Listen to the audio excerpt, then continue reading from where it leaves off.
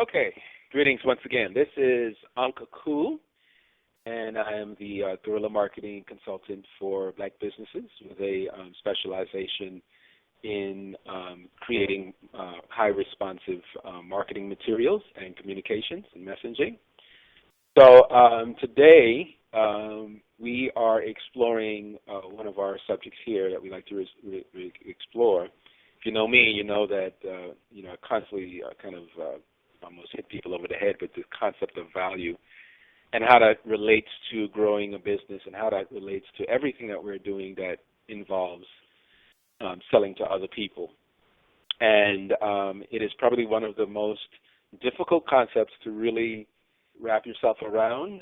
And usually if you're really good at it, you're a billionaire. So even I myself, I'm learning in this process. I don't claim any advanced status other than that I am very attuned to the kind of the research methodology and the actual process and processes I implement with the various people that I have worked with and continue to work with, and then of course in the projects and businesses that I am working myself. This is a very peculiar and special issue for us as a people. We have some major hurdles and mountains to climb when it comes to creating value. So it's not necessarily about looking at any one person as the solution, but understanding that we are, in a sense, in a place where we must together solve the problem of creating value for ourselves, for our communities, and for the world at large. All right?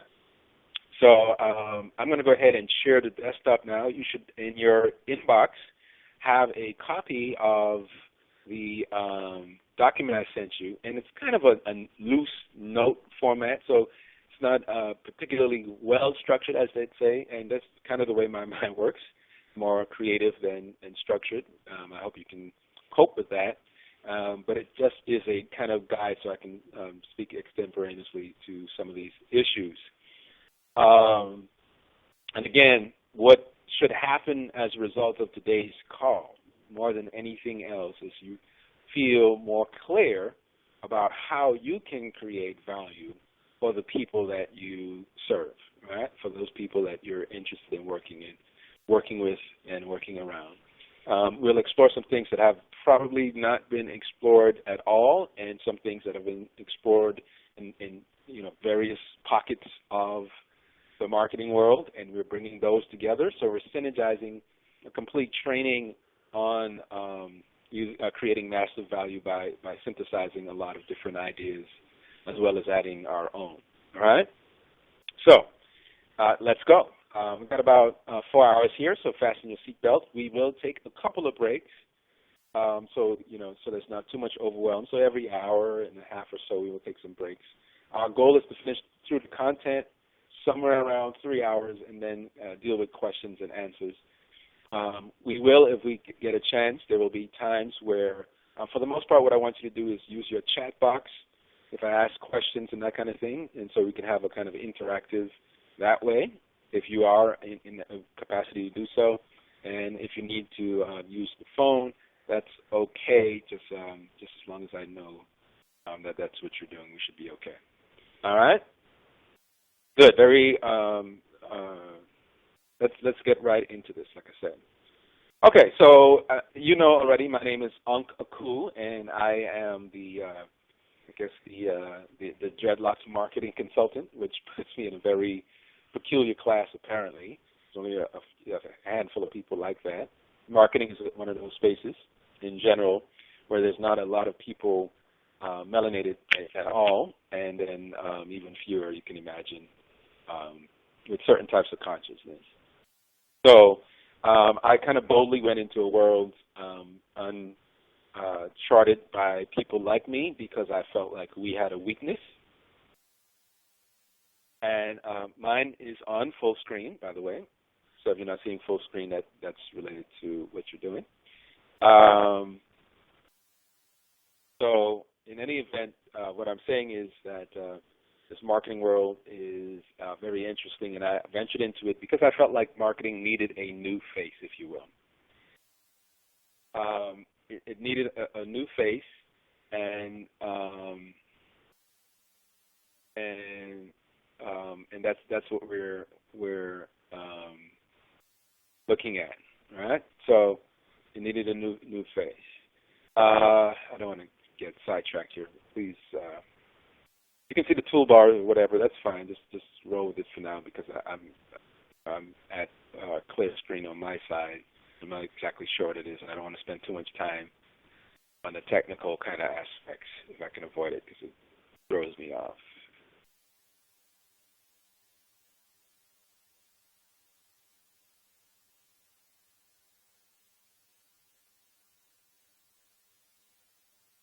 Maybe that helps.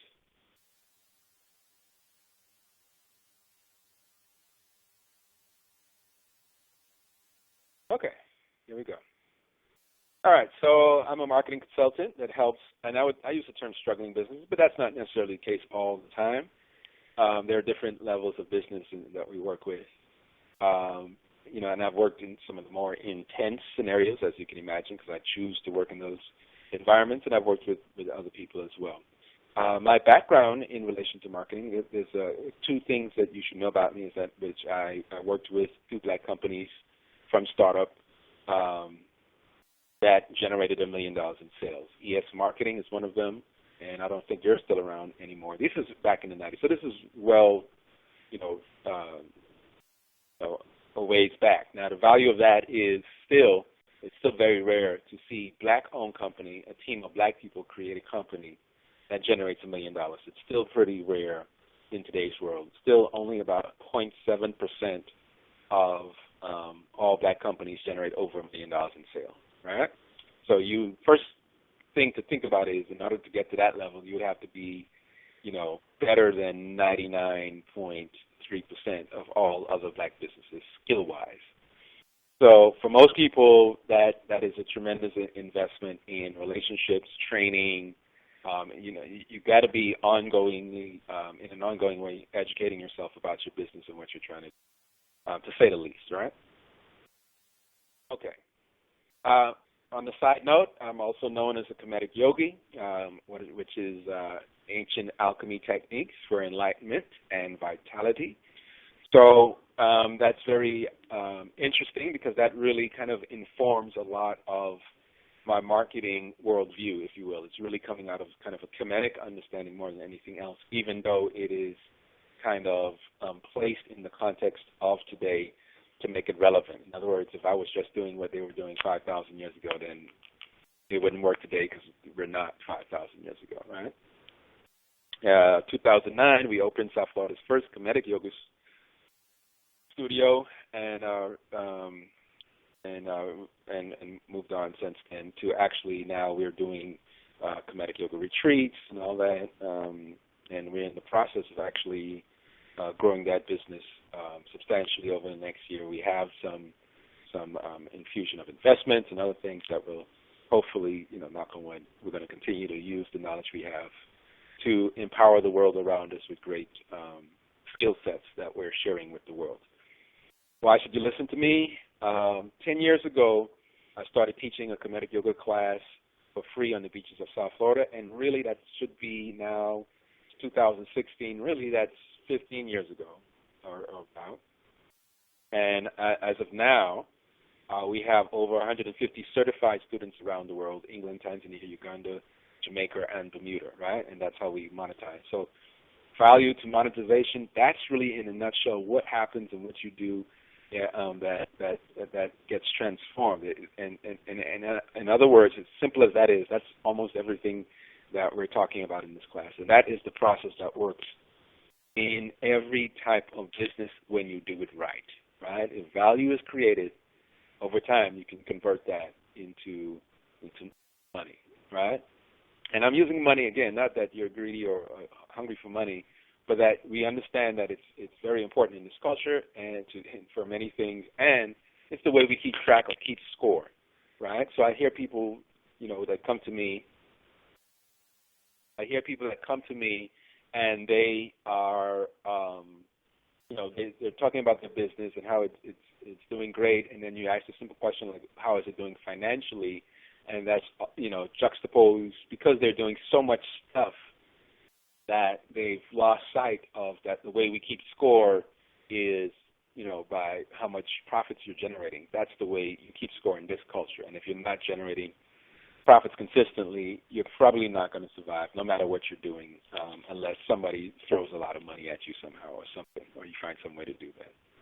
So all this transforming value into money is what we mean when we talk about alchemy. Alchemy is, of course, the foundation of today's economic system, and it was the foundation of the ancient Egyptian system. And we see that symbolized on the back of your dollar when you see the Kemetic symbols there, right? And they talk about the number 13. They don't talk about it, but you see prevalently playing out the number 13, which is the number of transformation, or again, the alchemy number. Now, I don't want to get too metaphysical today because I don't want to, scare people off with those types of ideas. But to get the gist of it, to understand that money is a result of value being created, period. And so the better you are at creating value, the more you tend to be able to attract money and volumes of money to you. And so we're going to explore that in different dimensions in the next 3 hours or 4 hours or so, all right? So just understand that. So alchemy then, in this context, is transforming value into money. It is your capacity, your skill to transform value into money. You transform value into money first by being able to master the art of creating value. Very simple, but the word itself is an abstraction, and so it's a process, yes, so that most people don't know. If you say create value right now, they don't know where to begin. By the end of the day, you'll have much more ideas on where to begin, how to do it, who to do it for, on and on and on, right? So this will begin your journey, hopefully, to mastering value creation, right? I'm on a journey to master value creation because I understand that mastering value creation is the doorstep to mastering monetization itself, right? Which I say is a power that we as a people must reclaim on the planet, not for the sake of money, but for the sake of power, for the sake of being able to do the things that we want to do in the world and to resist some of the things that are being done to us. Because at the end of the day, our challenges relate to, whether it's business or otherwise, relate to, do we have the power to do what we say we want to do? If you say you want to build a $1 million business, the answer is only if you have the power to do so. Value is synonymous with power. So when you learn to create value, essentially, you're learning how to create power, which in this context, again, is measured in terms of money, dollars and cents. That's how we do it. All right? Okay, so profit makers, how to master generating money at will by creating massive value. That's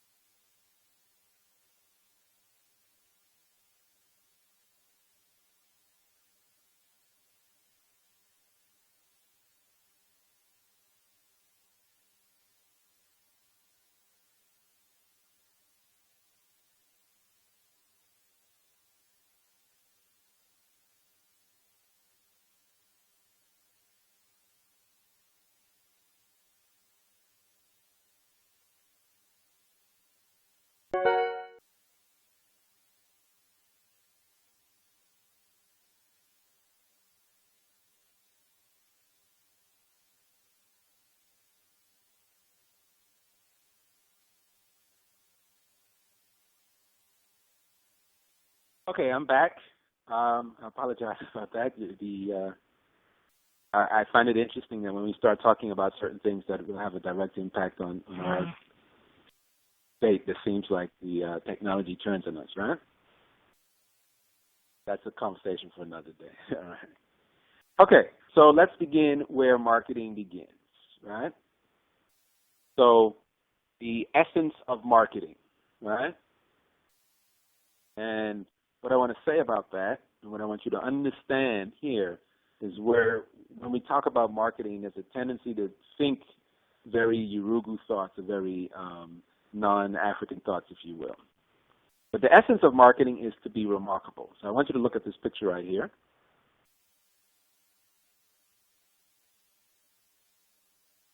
Okay, so take some notes. The picture right here is the picture of some of the monuments of ancient Kemet, right? Now, let's look at this in a certain way. Do you think it's remarkable that you can build a monument that lasts 5, 10,000 years after you built it, at least? I think that's pretty remarkable. But what's even more remarkable, right, and show you how that's the essence of marketing, right, that to this day, because of this remarkable function of these monuments, 13 million people a year travel to Egypt to behold these monuments, right? These monumental spectacles, to the tune of some $40 billion. So here, you talk about good marketing. Here is something that generates $40 billion 5,000 years later, which almost, you have to wonder what it was doing back then. It probably was doing something. But in any event, it's still that powerful and that compelling that it attracts people at this point. I want you to understand that, because I want you to understand that when we talk about the essence, when you talk about the essence of marketing, that it is a part of your legacy to be remarkable, right? And part of what we must reclaim again is the ability to find ways to be remarkable in everything that we're doing and everything that we create in the world, much like those before us, our ancestors, did. They were able to create remarkable edifices, civilizations, and organizations of society. The least we can do is find ways in our own small corners of the world to likewise to be remarkable. All right? So that's the first lesson here, that all successful marketing is built on being remarkable. My question to you is, are you remarkable? Is what you're doing remarkable? Is it ordinary or is it extraordinary? Right? So what does it take to be remarkable? Here's how you know. Number one, it takes deep thought. Right? So when you look at these temples and so on, you know that these were not, 15-minute ideas, right? You just thought of something that this is thinking over time and years and maybe generations to really construct these edifices. So you have to have deep thought. You have to ask the right questions. And, of course, as they did, you must eliminate the worst four-letter word on the planet from your consciousness. And that four-letter word is can't. Right? Can you bring stars to Earth? Right? No, I can't. Well, can't doesn't exist in our story because we see that our ancestors did just that with what we call the pyramids, which are literally lined up with star systems. They are representations of those stars on Earth. Right? So, again, this is how we have to begin to challenge our thinking. It doesn't mean that things are easy. It doesn't mean that we won't be face major resistance in everything that we're trying to do. But what it also means is that just because there's resistance and challenge and difficulties doesn't mean can't. All right? So we can't. All right? So the way then is to ask, how can I? So I want you to do this right now. I want you to answer the question in the chat box. How can you be remarkable? Right? How can you be remarkable? Just answer that question. Specifically, how can you be remarkable in what you are doing? If you think you're already remarkable, how can you be even more remarkable?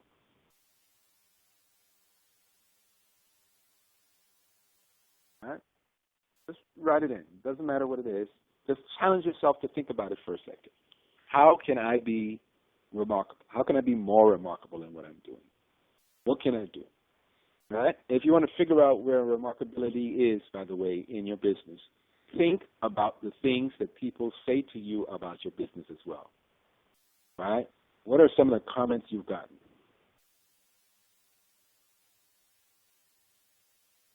Right? Some of those comments, if they remarked about something, that means it was remarkable. Because all remarkable means that it is worthy of a remark, worthy of repeating, of saying again.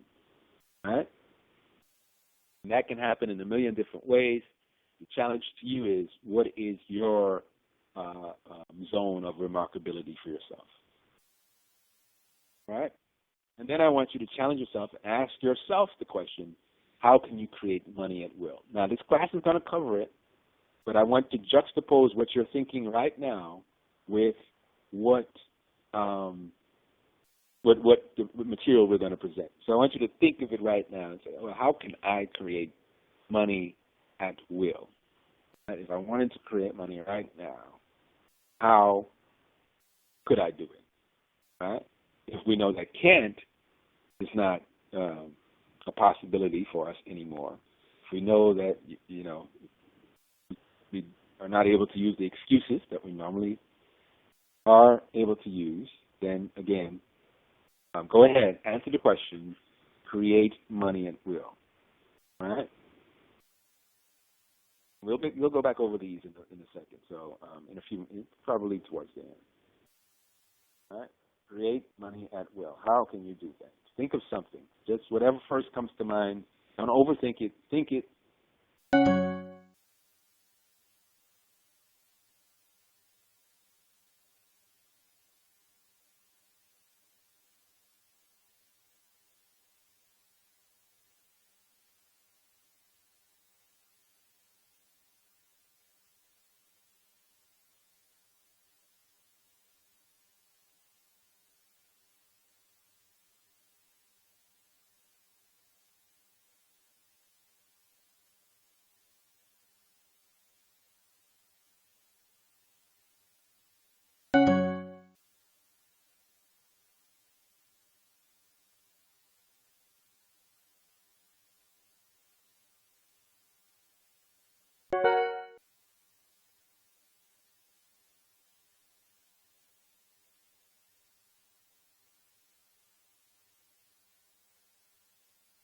Okay, I'm back.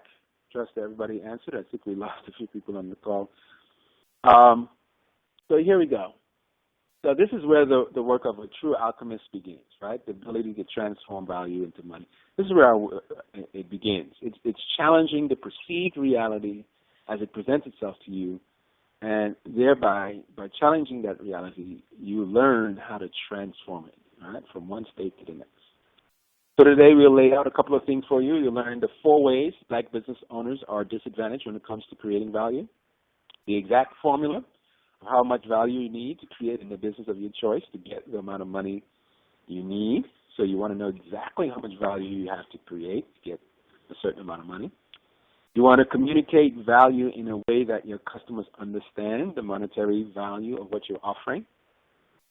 How are people loving spending money with you even during a recession? How to use the value ladder to extract a maximum amount of money without any hassle from your customers. This helps them see why they should support you at a much higher level to their benefit. How to use dollarization principle, the dollarization principle to create maximum value transparently and quickly.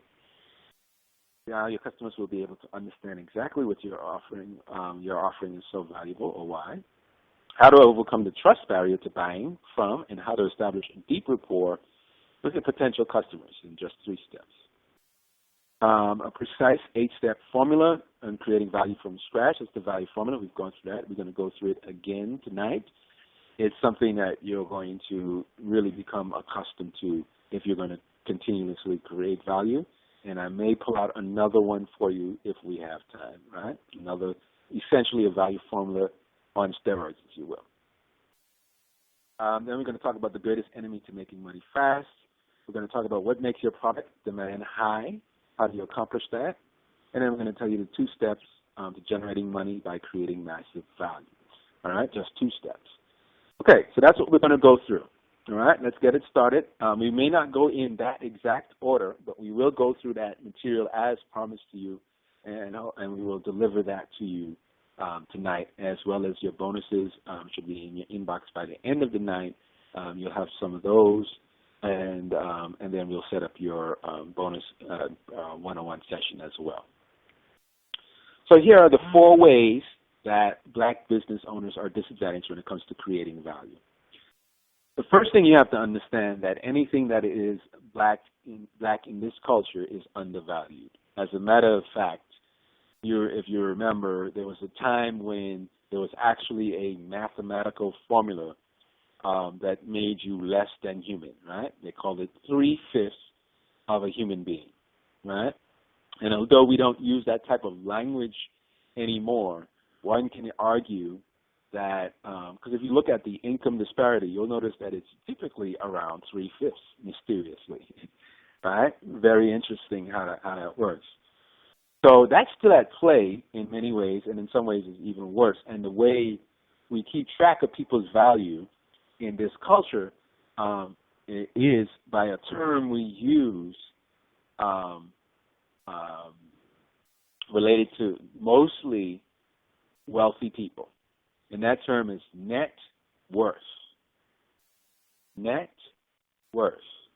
All right? So when you say equality in terms of human value, in order for there to be equity between, let's say, for the sake of argument, blacks and whites, it would have to be that the net worth of whites would equal to the net worth or the net value of blacks in America. Actually, if you look at the recent numbers, what has happened under your president's, this era of a black president, is the gap has actually grown way beyond what it was before. Okay? So we're seeing the wealth disparity grow from 13 times the wealth for whites of blacks to now 22 times. Right? The real estate debacle, all these things caused a tremendous loss of wealth in our communities. So you'll know where you are in relation to value if you can answer this question right now: what is your net worth? Right? If you have to do something to figure it out, like work some numbers and try to figure it out or whatever, then you're probably not playing the right game in the context of this culture. Meaning, in this culture, at a certain level, people are defining themselves by their so-called net worth. So when you go to the country club, the conversation is, Bill, what's your net worth now? Oh, I'm at 7.8 billion, or I'm at 6.9, million, or whatever it is. And that's the type of conversations that are happening. People, they're measuring and conversating around their own value, right? So if you're not aware that that game is going on, what has happened is that your focus will probably be on other things, which automatically mean that your value will plummet, right? Which is what happens too often in most of our businesses. So most of our businesses are undervalued because they're essentially playing the wrong game in the first place.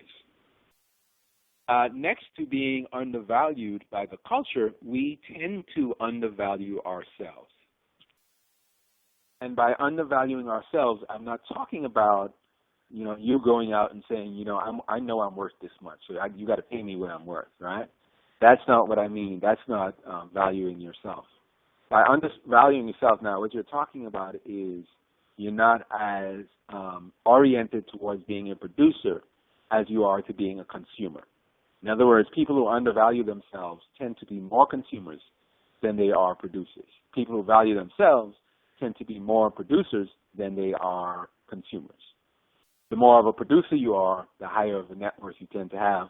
The more of a consumer you are, the more of a debt you tend to have. Just in a general principle, right? So this is the way we're undervaluing ourselves, and that's very different from getting smart one day and telling everybody, I know what I'm worth, I know I'm somebody important, I know blah, blah, blah, blah, blah, blah, blah, blah, blah, like we like to do, and we think that we are somehow creating value or valuing ourselves, and value doesn't work that way at all, right? So it just makes you feel good, but it doesn't really do anything to change the reality, right? It's like times I've had customers who wanted to increase their prices because they felt like it was worth so much more. And what happened in increasing their prices was they lost customers. So they increased their prices double, but they lost 80% of their customers now, and so they lost a lot more money. So in essence, they ended up thinking that they were increasing their value, but they actually decreased their value, right? Because the value is related to how much money you're bringing in. Okay? Just little things to keep in mind as you explore this value thing. Often, as well, we don't realize that the game itself on the stage of life is value, and you can use that, replace that word with power very comfortably, right? So the more individualistic you are, the less you are playing the game of power, which is why most black businesses are solopreneurs and not necessarily hirers of other people, right? I think it was J.P. Morgan who said, give me 1% of 100 people's energy over 100% of mine any day, right? So that's something to realize that, and the more you recognize that, the more you realize that part of our work is really creating opportunity for others and helping others more than even we're helping ourselves in business, right? Or that's the way you actually help yourself, by helping and solving problems for others, right? The other point here is that we don't know how to create value, and we're going to cover that today, obviously. But by behavior, I'm not talking about by intellectual understanding. I'm saying that when you have a community of people that are more consumers than they are producers, and when you have a community of business people that have a community of wealth of $1 trillion but only produce 138 billion or 150 billion, as the case may be, between 2 million businesses, clearly we don't know how to create value in a general sense. For the vast majority of our businesses, we don't know how to create value. We don't know that we don't know how to create value. And if it was brought to our attention, we are afraid to admit that we don't know how to create value because we don't know how important it is, right? So we think that if we get, it's kind of like thinking if you know how to plant a seed, you know how to grow a forest, right? It's a whole different level. So you might have the first step or the first inkling of how to do it, but that doesn't mean you really know how to do it. And you have to be kind of, it is wise to be aware when there's a lot more for you to learn to really perfect the skill, right? So you can know how to float in the water, but that doesn't make you a swimmer, right? There's a lot more mechanics that go into it. And then to become a world-class swimmer is a wholly different thing. To be competitive in the world today, we essentially have to become world-class swimmers or world-class value producers. Learning how to float or survive is just the first level. And if that's the level of knowing how to create value, you know you haven't began to scratch the surface yet, okay? So, lastly, and a bonus one, if you will, this is, we said 4, but we're going to give you 5. We don't know how to break the habit of not creating value. So the problem in life is that old habits die hard, they say. We're creatures of habit. We tend to do what we know, and when we already know something, which is how to be essentially non-competitive in this culture, we tend to be addicted to that behavior. So everything we do, no matter how much we change, we tend to create the same result. Because we tend to fall back into the same habit formation. So, even if you want, that's why lottery people who win the lotteries tend to end up broke after 2 years. It takes a while because they got to blow through more than they would normally blow through, right? If they get a paycheck today, they'll go through that by tomorrow. But when they get a couple million, it takes a year, it takes two, it takes a while. But they haven't really, adding money to the problem doesn't change the habit. This is why value creation is so much more important than, for instance, somebody giving you a lot of money. Because if you still have the same habit, all you're going to do is give them back the money. Whereas if you learn the actual habit of value creation, you can then, it's essentially the give a man a fish, he'll eat for a day, but teach him how to fish, he'll live forever. And so this is what we're doing. We're teaching you how to fish, or teaching you how to become a value creator yourself, and that way you can control or learn how to, over time, develop the habit of controlling your own skill set around creating money, attracting money, and creating value. So creating massive value is the core skill of an alchemist. So first we have to be about the business of creating value for others, right? Creating massive value with that. And that's the core skill of the alchemist, of an alchemist. And alchemist, again, you see the word chem right in there, relating to Kemet, right? You talk about the priest class who could turn lead into gold. There's something to that. We won't go into it, again, too deep with that kind of stuff tonight. But the idea is to transform base things that have no value into things of high value. And in so doing, people will exchange for those things for various goods and services and also money, right? And especially money. So here I want you to see this extraordinary diamond. And this is like a 50-carat diamond or something to that effect. And I wanted to use it as an example because this diamond, before it was in this particular state, in its natural state, it just looks like a rock. So that is ironic, right? That diamonds just look like rocks in their raw state. Until somebody goes through the process of refining it and all that, and making it shine and giving it this glitter and all that, and now you can see, wow, this is a huge diamond that, is probably worth a lot, and that kind of stuff, right? So there's a transformation that takes place, from taking it to that level of being kind of a rock into being something of high value, high perceived value, which we're going to talk about again today as well. So just keep that in mind, that no matter what you have to offer, it may be in a kind of a rough state, but what you want to do over time is work with it, polish it, and shine it up, and present it in a way now where it has the highest value possible.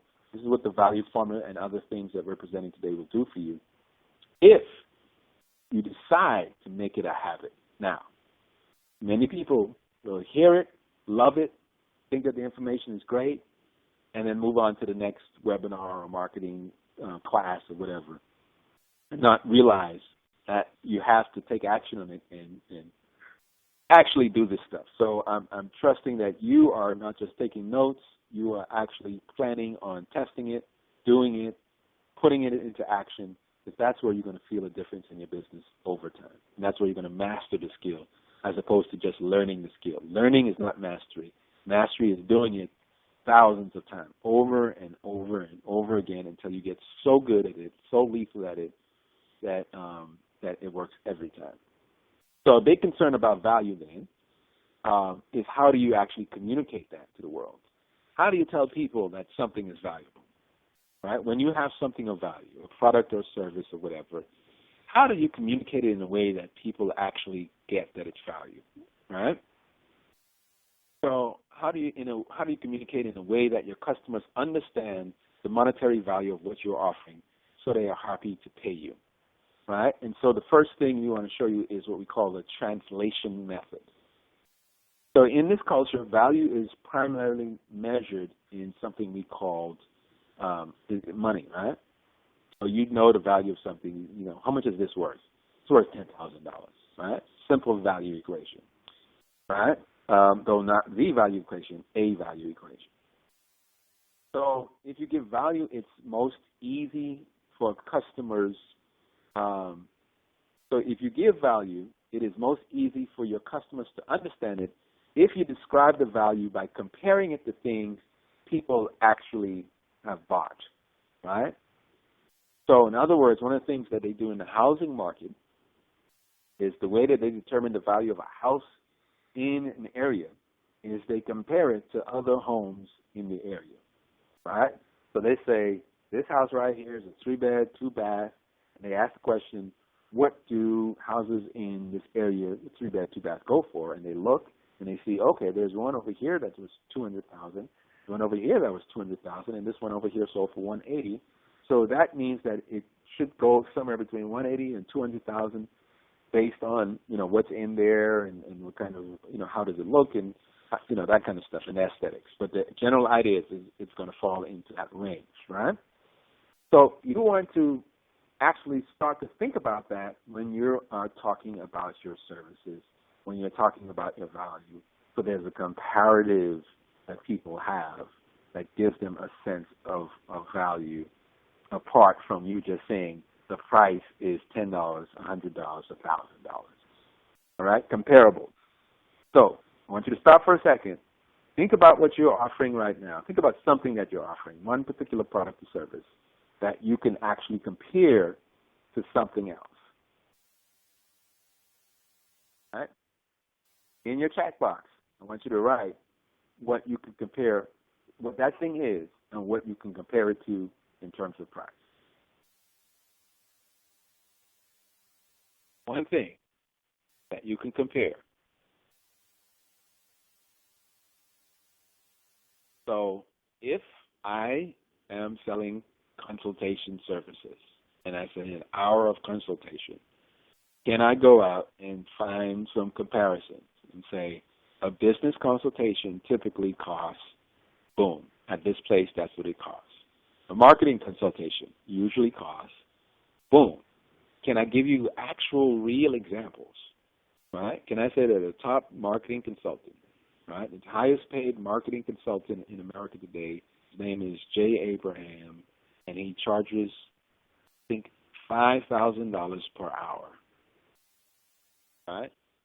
$5,000 per hour. He probably does a lot of the same things I do, but positioning and other things that we'll talk about right now puts it in a whole different context, and he addresses the market of people.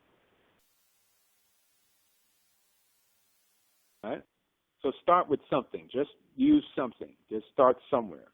Right? Just use something. Don't opt not to do it. Just to get the skill. You're trying to work on the skill. Right? Even if it's not in the chat, find a way to do it. Use paper, use whatever, and come back to it. But write down what it is that you're selling, what's the price it's selling for. Think of something actual and real that you can compare it to that you know the price of. As an example. We're just beginning, right? So we're just warming up here, but we're just giving you some ideas to get more acquainted with the concept of using value in your marketing.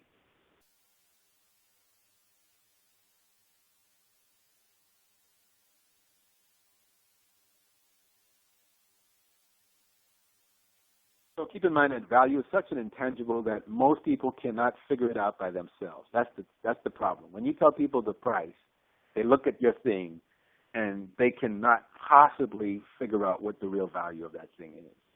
And so if they have to tell you what it's worth, chances are you're going to get your feelings hurt often unless they have some frame of reference for it already. So I'll give you an example. When I was doing yoga private clients of yoga, and I charged $60 an hour for private yoga sessions, my first client that paid me that $60 an hour was an actual consultant herself. She was a psychologist. And so she would get paid $120 an hour for just, sitting down, people on the chair, whatever. And so she understood why $60 of value was a good price to charge and was actually worth it, right? Now, if I took that, because she's in that line of business where she is around people all the time who spend money on doing services, whether it's asking you 15 questions like psychologists do today, ask you how you feeling today, what's going on in your life, what's the big problem, are you getting clear, are you feeling overwhelmed, so on and so forth, and people pay $120 an hour for that. Now, you may think that's crazy, but for some people, that may be the difference between, staying alive today or committing suicide, right? Just getting it out. Because they don't have anybody around them. Everybody's too busy and running around, family and all that kind of stuff, and they're stuck. And they just need somebody to talk to that is professional enough not to be like, you know what your problem is? You just want to kill yourself. Right? And that kind of stuff. So it's very valuable to have a professional, somebody who knows how to deal with that scenario. Right? It's not complicated work, right? But it is valuable in the right context to the right people. Got it? And so these are things you have to keep in mind. And we're just getting warmed up here, so don't run away yet. So here's what I want you to do right now. And I want you to write down on a sheet of paper, and in our private session, everything I want you to go over this when we have our one-on-one. So I do this stuff, because we're going to go over it again, right? So on a sheet of paper, I want you to write down what your customers' 3 biggest frustrations are. Your customers. Think of people who are giving you money. In other words, not people who have not given you money, not prospects, right? Not people who have signed up for your list or, responded to you, or they like you on Facebook, or any of that kind of stuff. We're talking about people who have given you money. What are their biggest frustrations that your solution helps them with?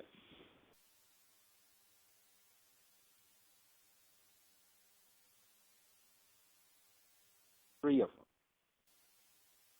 Think of it.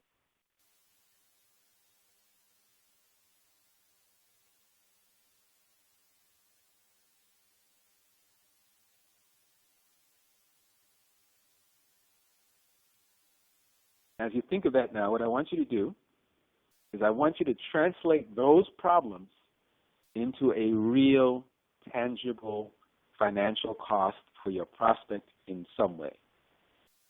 All right? Now that may seem a little challenging. That's okay. Try is all I'm asking. I'm saying it has to be perfect. I'm saying put an effort into it. Right? So if you say that they are worried about, they're frustrated that, let's say I'm in marketing, right? They're frustrated that month after month the business is not producing results, right? Not the result that they're looking for, right? And they're putting out a lot of energy and work and all that, right? So can I translate that into a financial problem? Yes. So I can say if they're working, let's say, 40 hours a week on their business, but yet they're only pulling in $100 a week from that business, I could break that down and say 100 divided by 40 is $250. You are working for $250 per hour in your business. Are you satisfied with working for $250 an hour? Right? That's the financial designation there. Right? Now, if your goal is to, pay yourself $25 an hour, let's say, for your efforts, that means you are costing yourself $22.50 every hour that you are doing it wrong. Doing it not at the level that you want to be doing it at. Every hour. Do you see how that makes sense? When you put it in that context, if you say you want to get to $25 an hour, every hour that you're only making $250, right? $250, you're losing $22.50. Means if you worked 40 hours, right, times 2250, right? That's somewhere in the neighborhood of $890 that you're losing every week. That's $3,600 and plus dollars that you're losing every month by not knowing how to pay yourself $25 an hour as opposed to $250. Right? So if it's costing you $3,600 a month, right, how much is it worth for you to fix that problem sooner than later? If it's going to cost you $3,600 anyway. If you could be in, so this is what I would be saying to a client, in other words. Now, if they understand that, and if that makes sense, then they'll probably consider, what I have to say. Sometimes they do. Sometimes they would rather struggle on and lose the $3,900 and some odd dollars per month happily, right? Because when you're losing, it doesn't feel like you can gain, right? And so if you're sinking in a hole, sometimes you have to almost dig a little deeper just to get yourself some traction to get out. And so it doesn't always make sense when you're losing to figure out how to pay somebody to help you to get out. But in any event, that's the idea of translating problem into financial cost for your prospect. That's an introduction to dollarization. We're going to explore that a little bit more in a second, right? Don't worry. We'll revisit that. We are just getting started, right? Just getting started. All right, let's take a quick 2-minute break here. And if you don't mind, I'll just grab a drink of water so I can come back, and we'll take it on to the next step, all right? So make sure you're answering that and make sure you've done those things.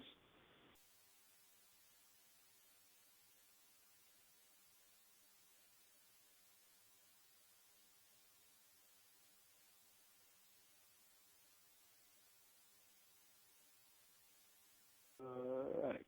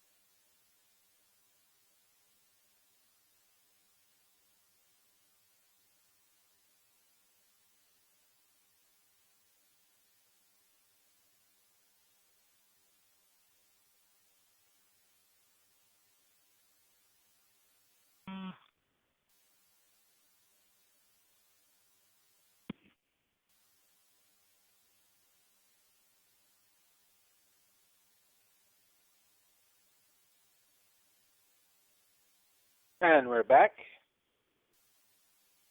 All right, so if those exercises so far were a little challenging, don't worry about it. It's not about like right or wrong right now. We're just, working through, some psychological pathways to pave a new path for you to become the master of value creation that you are born to be. I fully believe that you were born, not I wouldn't say believe, I know that you're born to be a wealth creator in this planet. You're born to produce something of value for the world. And my job is to help just refine that a little bit, help you polish it up, take that diamond that you have, that I know you already have, you already got that part, just polishing it up in a way that you can present it to the world now with an understanding of value, of how the world will value it. All right? Let's keep it going.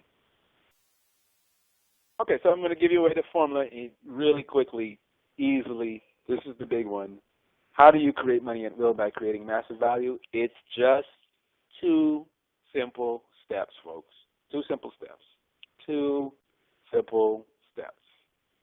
One is to a qualified database of people give massive value, right? And that means in this context, in our context, we're talking about a presentation of content that that has value for those people. So we're talking about content marketing, if you will, something of significant value to those people. Now, typically, you can start small, and small is doing something simple, like a report, or you can put together a full course, but you want to find a way for people to engage with you on the level of experiencing value. All right? And you want it to be free. All right? In other words, you want to give value first before you ask anybody for money. Just think of that in mind. Have you created have you attempted to create value for them in some way before you ask them for money? All right? So they have the opportunity now of understanding where you're coming from. So we gave a free class, preview class of this, so that you would know what you're stepping into. Right? Didn't want to ask you for your money just like that. Wanted you to see what we were talking about, experience the value, play with it yourself, and say, you know what, that may be a good investment, my time, my energy, on and on and on. Right? That may be something that can help me. Hopefully that's what the conclusion you came to, and hopefully I am delivering that for you. Let me know if I do or don't, right? Because I am committed to delivering that to you. But that's the first phase, right? So you're going to give massive value in a way that they can get it at no cost. That's number one, right? And then the second thing is behind that we create a high-value, irresistible offer that you can monetize well. Right? High-value, irresistible offer. That means that offer that you're making is something that people are attracted to and are willing to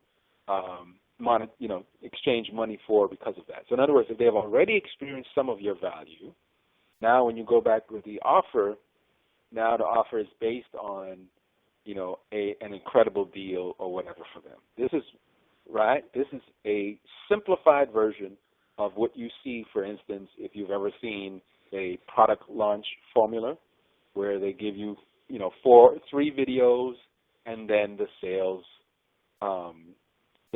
letter, right? They try to give you as much as they can in the way of value. In the first video, boom, knock your socks out. Now you're going out for the second and the third. Same concept here. I just processed it into 2 steps, right? So you can get what you're doing, right?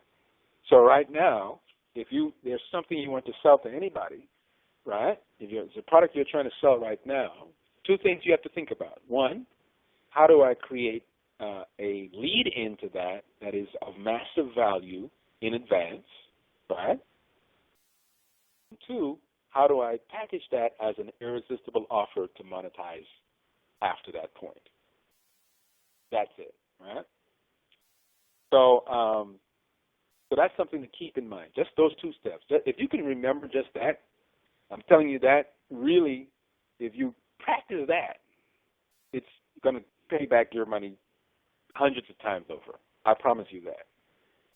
I promise you the investment you make is minuscule if you can just commit to always working on that principle right there that I just showed you.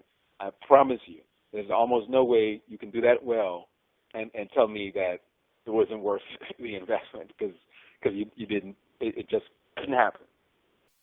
Could not happen. I promise you. That right there is essentially the holy grail of this whole system, right?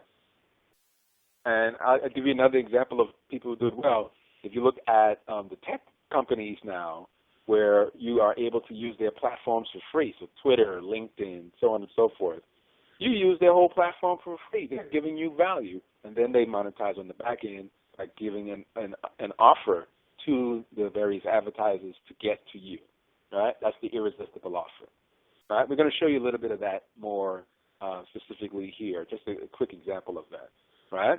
So I'm saying this has been the model. This is the model that's now being used to build billion-dollar companies. If you use this right, you can take your company to whatever level you want to.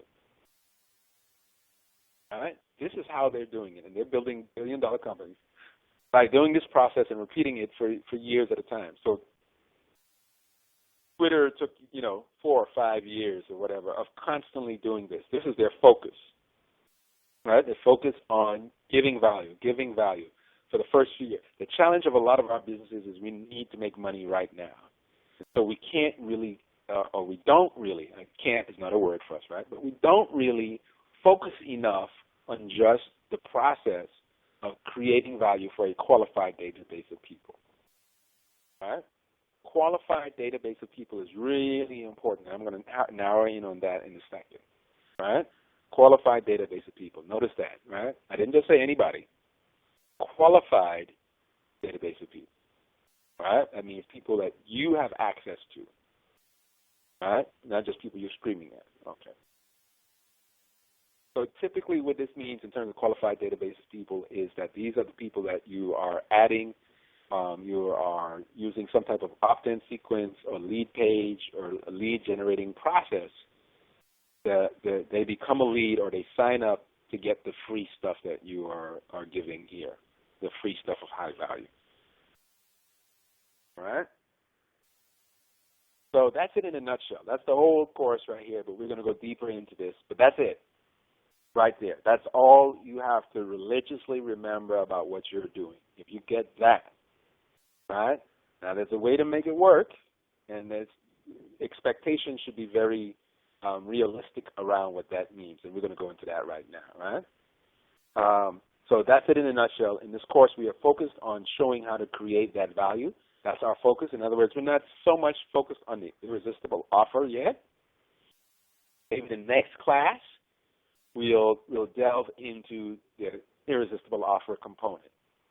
All right? So maybe next month we'll do a class just on irresistible offers.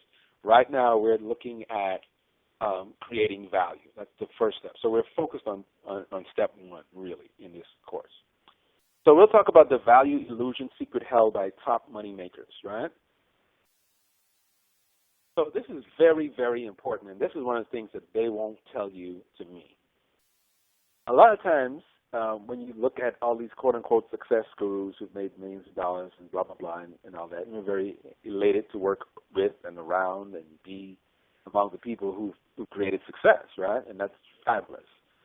But you know, and I know, and you always feel that there's something that they're not quite telling us about success because they're selling us success, right? And I've always been the one to try to demystify this to a large degree for our people.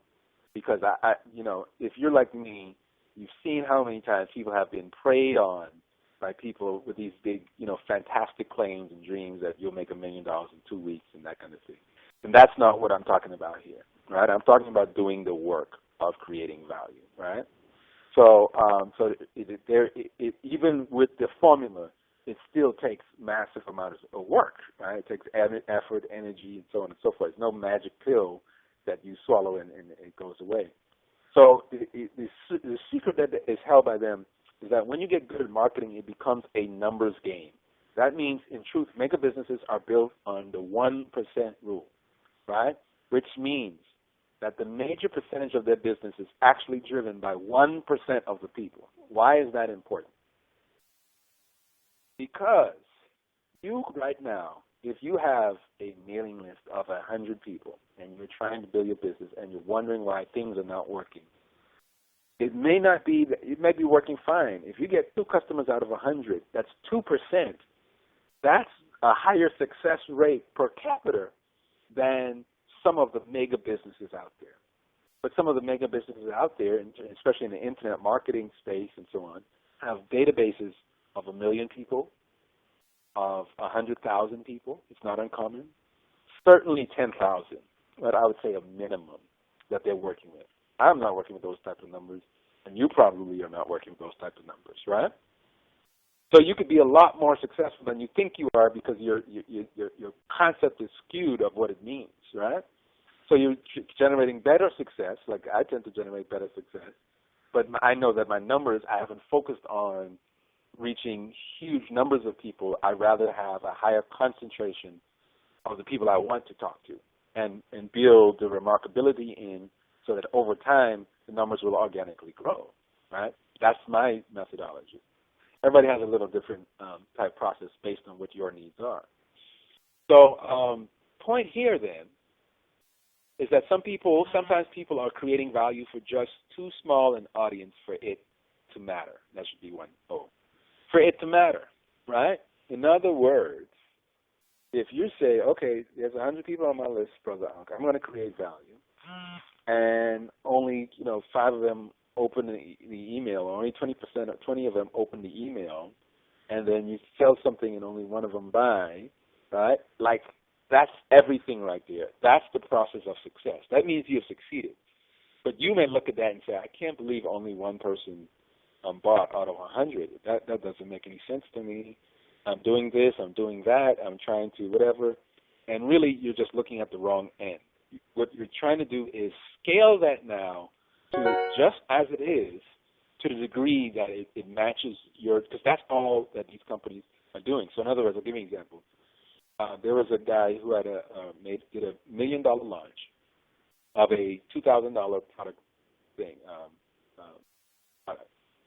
His mailing list is 100,000 people, right? He made $1 million, right, on a $2,000 product, right? With a mailing list of a mailing list of 100,000 people. That means he sold 500 of those products. 500 of 100,000 is 0.5 of a percent. 0.5 of a percent netted him $1 million. 0.5 of a percent netted him $1 million. He was in the right context numerically, but even a relatively minuscule return to actually work for him. I'm saying that to say is that your expectation, typically if you're around 1% or more, you're actually doing excellent. Although you may think you're not, because the numbers not there yet. Therefore, you don't understand that when you get good at marketing, it becomes a numbers game. Now you're building. Now all it means is that you have to shift into the mode of building out your numbers to match the success that you're having, to scale appropriately, right? That's a very, very, very critical understanding to get, because some people are struggling with lists and people and groups where they just have not connected with enough people to really get the business off the ground. And that's all it is. That's all they should be focused on. But they're not, because they think it's something else, and they're running in a million different directions, thinking that they're doing something really, really wrong, and they're not, right? And you might be in that situation. So your base should be the size in people of the dollars you would like to make monthly. So that's the solution. All right? So if you say to me, okay, Brother Aunkh, I want to take this process now. I want to turn this value creation thing into something where I'm making $10,000 a month. What I would say is then your base of your qualified database of people should be 10,000. The minute you know that, then you can get to work on creating value that will attract those 10,000 people to you, so then you can then monetize that. It doesn't mean you won't monetize in the process at that, just means you'll know when you are exactly where you need to be to do what you need to do. All right? Are there exceptions to the rule? Yes. Yes, it could happen accidentally in other ways, but I'm saying the general rule that you should be aware of is that right there. Okay? So that way you understand that money is very realistic. It's not magical. You're not going to make $1 million with 100 people on your mailing list. You're just not going to happen, right? Or just 3 people coming into your store a month. It's just not going to happen. No matter how great your marketing is in that context, you're just not reaching out to enough people in that context. And you may have really good internal marketing because there's internal and external marketing, right? You might be good at maintaining the 3 customers you have. That's very powerful. That's a skill because they don't have to keep coming, right? Especially when it's few people and they're not seeing that. So that is important to understand about marketing. These are the insights to me that nobody really gives you. And so we will struggle harder than we need to with things we don't really need to be struggling with. If your base is not big enough, just focus on creating your base and get it over with. Right? Just build value for that base. That's it. Right? Consistently build value for that base until it gets to where you want it to go in terms of size. All right, good. Hope that is helpful for you and hope that gives you more of a real perception of these things. Now, I want to show you this in action so you know that Aunkh is not just making this stuff up in his head. Years ago, Facebook, when they were launching their ad platform, they did a $10 million ad giveaway for small businesses. We have it here. Okay, that picture somehow disappeared that was supposed to be there. I'm sorry about that. But in any event, you can look this up. I think it still might be, you might be able to Google it. But they had a campaign, and here's what the campaign was. They wanted to get advertisers on their ad platform to try it out, right? So this is what they did. They knew that the way to build their advertising people was just to get people in the habit of doing their advertising. That's all. So they gave $50 each to 200,000 small businesses, which amounts to $10 million, in a giveaway. Do you think people took that $50 in kind and used that, right, to try to get some ads because that's what they wanted to do? They wanted to test and see if they could actually get some customers? You betcha. Do you believe 10 or 20% of those people probably still are with Facebook today? Probably are, right? That's how they built out their ad platform and the use of it years ago. I'm saying you can use that same process in your business. You can say, I'm going to give away, right, because they wanted a base of 200,000 people. You say, I want a base of 10,000 people. Say, I'm going to give $50 worth of X to 10,000 businesses or 10,000 of this type of group of people, and boom, you have an ad campaign. It may take a while to do it, right, depending on your budget and all the other constraints that you may have in actually executing it. But the point is, that's what they did, and it was very successful, and it's not uncommon, right? This is what some of the higher-level companies are doing. You want to, this type of process where value is involved, when they say 10 million giveaway, right, that sounds very attractive to small businesses. They stop and listen.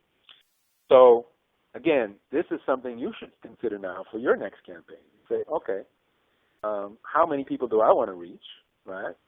And maybe you can start with a small number for you. Maybe it's just 500 right now would be enough to get you going, right? You say, okay, just so I can test and see how I execute a campaign like that. Of course, I would encourage you to, at that point, execute it in a campaign structure, which, I do the guerrilla marketing campaign structure, which is specific to low costs when you don't have a lot of money and you want to market, right? Marketing can be a very, very expensive game. Most people are far under-investing in their marketing, and so they can't really get – that's another problem you might have, is if you're under-investing, often you can't create results just because you're under-investing. You're not really testing at a high level to turn your dollars into an investment, which is what you do. You don't want to spend money on advertising or marketing. You want to invest money and get a return. So that's the science. That's how you know when you're dealing with – that's the difference between people who do marketing and marketing professionals, right? There's a science to what we're doing, and usually you can track a return on your investment for what you invest with professionals, right? Good. All right, so hopefully that makes sense to you. I'll show you another way it was done. McDonald's years ago actually did something very interesting, which was now, it wasn't a giveaway, but it was a giveaway. It was a lost lead. So their slowest day of the week was Wednesday, and what they did, they started doing, I don't know if you remember this, 29 cents hamburger Wednesdays or 39 cents cheeseburger Wednesdays. And what they did was they actually lost money because their cost for the burger is like 49 cents to produce or whatever. And so they were actually losing money on that, but they figured out that it would attract a lot of people into the store. Lo and behold, because they attracted so many people in the store, obviously people don't just want a dry hamburger. They also want fries and drinks and other things. They actually were able to take Wednesday, the slowest day of the week, and make it their fastest, make it their highest revenue day. They were able to, and they, even after they dropped the campaign, to this day, because of the habit, Wednesday has become one of their major days, right? So I want you to think about that. Do you have slow days, right? Is there something you can do that, just like that, that you can model, right, that maybe even is a lost lead at the front, but you have a built-in upsell system in place, right? So they get one foot in the door, and then you have the opportunity to upsell. It's just something to test, right? So in other words, look at everything you're doing in your marketing as a test. Test it, see what happens, right? Tweak it and all that, because sometimes you have to, in order to get it just right. McDonald's had to test it a few times to get it just right. It wasn't the first time, folks, right? So know that, and don't get so frustrated the first time and you didn't make money and blah, blah, blah. Sometimes you have to find the formula for it to make it work, and that's a part of kind of the complexity of marketing. But when you get it right, it makes all the difference in the world to your business. So you want to do that, right? So hopefully that's something you can see, all right, and that you can use, more importantly. All right? Any questions on that, or any comments, anything at this point on that? So you see how the value idea is applied in real time. The formula that I just gave you, the two-step, is actually applied, and how you can actually mimic that campaign and test it at some point. All right? So I want you to keep that in mind, and think about, are there ways for you to use those two ideas in campaigns in the coming months? All right? The $10 million giveaway doesn't have to be 10 million, it could be 10,000, it could be whatever. But and the lost lead, right? The Wednesday lost lead. Doesn't have to be Wednesday, but some type of thing. It could be Tuesday for you, or Friday, or whatever. Something like that to test in your business. Just those two campaigns alone. You want to test and see if you can get something working on that, all right? Good. So stick a pin in it, make a note. I'm going to test one first and then the other. All right? Simple campaign. Okay, so let's look at the value secret now. We call the value secret, all right? The value secret is that value happens outside of you. That's the problem. You create it, but the determination of it as value happens, it's not controlled by you. Therefore, you define it, but others have to accept it. So in other words, if I say that this class tonight is worth $97, what really makes it is if people say, people agree to it, right? I could say it's worth $1 million. If nobody's out here trying to pay me $1 million for the class, then it's going to run into problems, right? So other people have to accept it. And so something has to go off in the minds of other people for that value agreement to happen. If people agree to it, then that's when the magic happens, right, with everything. You get what I'm saying? But it's important to know that and think about that as you produce what you produce, and know that it's not a matter of if you think it's valuable or not. What matters is if they think it's valuable or not. Very important. Your ego has no place a very small place in your business, right? Very small place. What you think is not the fundamental determinant of your success. It's what they think. It's what your customers think and the people that you're choosing to serve. All right? Keep that in mind. They have to accept it. So even if you define it and you say, here's why this is worth this much, they will tell you by their credit cards, their bills, the money that they pull out, they'll tell you if that's legit or not. Do you get what I'm saying? I hope that's making sense to you. All right? So that's the secret. It happens outside of you. Keep that in mind. Don't matter what I think. Doesn't matter what Aakhu thinks about his marketing work or anything. Doesn't matter what I think. It matters what you think. If you agree that it's valuable, then it is. If you don't, then it's not. It's that simple. And I never have to get upset or worried about whatever. And if it's not that for you, it might be valuable to somebody else. And I have to find people that it is valuable for. That's what we have to do as entrepreneurs in general. All right? Therefore, the master skill number one that we have to have in order to do that, right, is understand that you can only create massive value for someone if you think, and I would add, and feel like them. They have to resonate with you, and the only way they're going to resonate with you is if you resonate with them first. All right? If you can think like they think, feel like they feel, come from a place of compassion, you have a great chance of building your business. Right? You must master thinking, feeling like your customer. Okay, so that one you need to write down somewhere.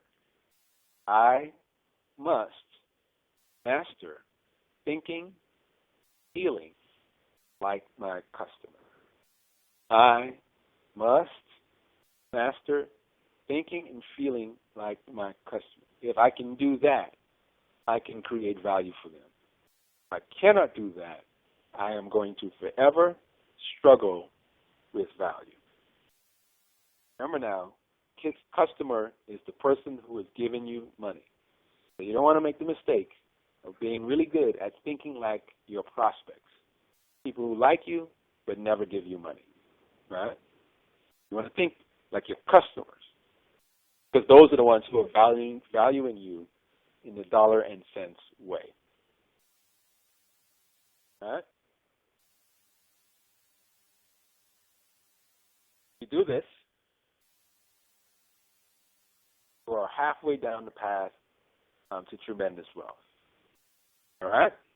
Good. Is everybody hearing me okay? Just quickly, box. I haven't seen a message in a while.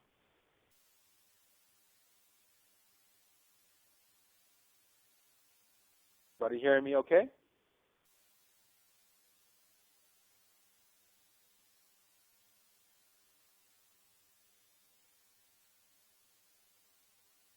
All right. Good. Okay. Quickly, any questions, comments? I just want to make sure.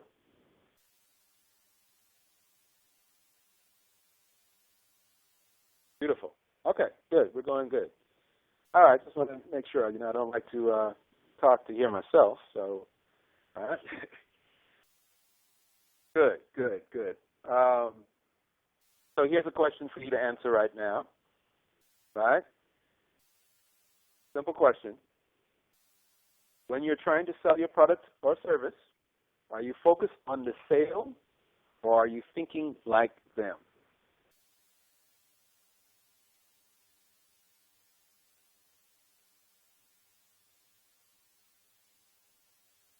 When you're trying to sell your product, are you focused on the sale or are you thinking like them?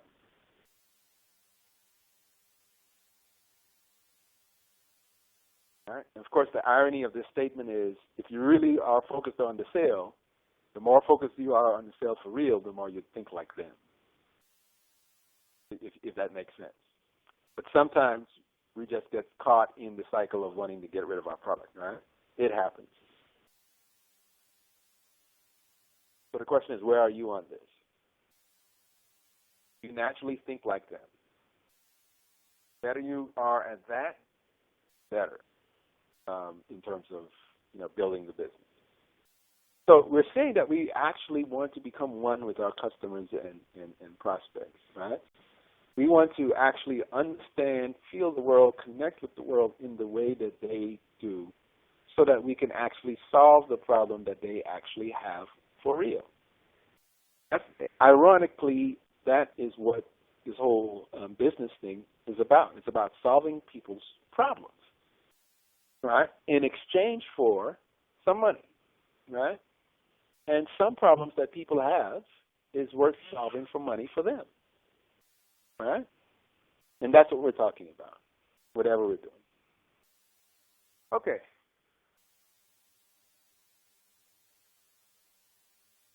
So this power alone usually quadruples your number of sales and makes selling brainless. The better you are at thinking like them, the more effortless your selling process.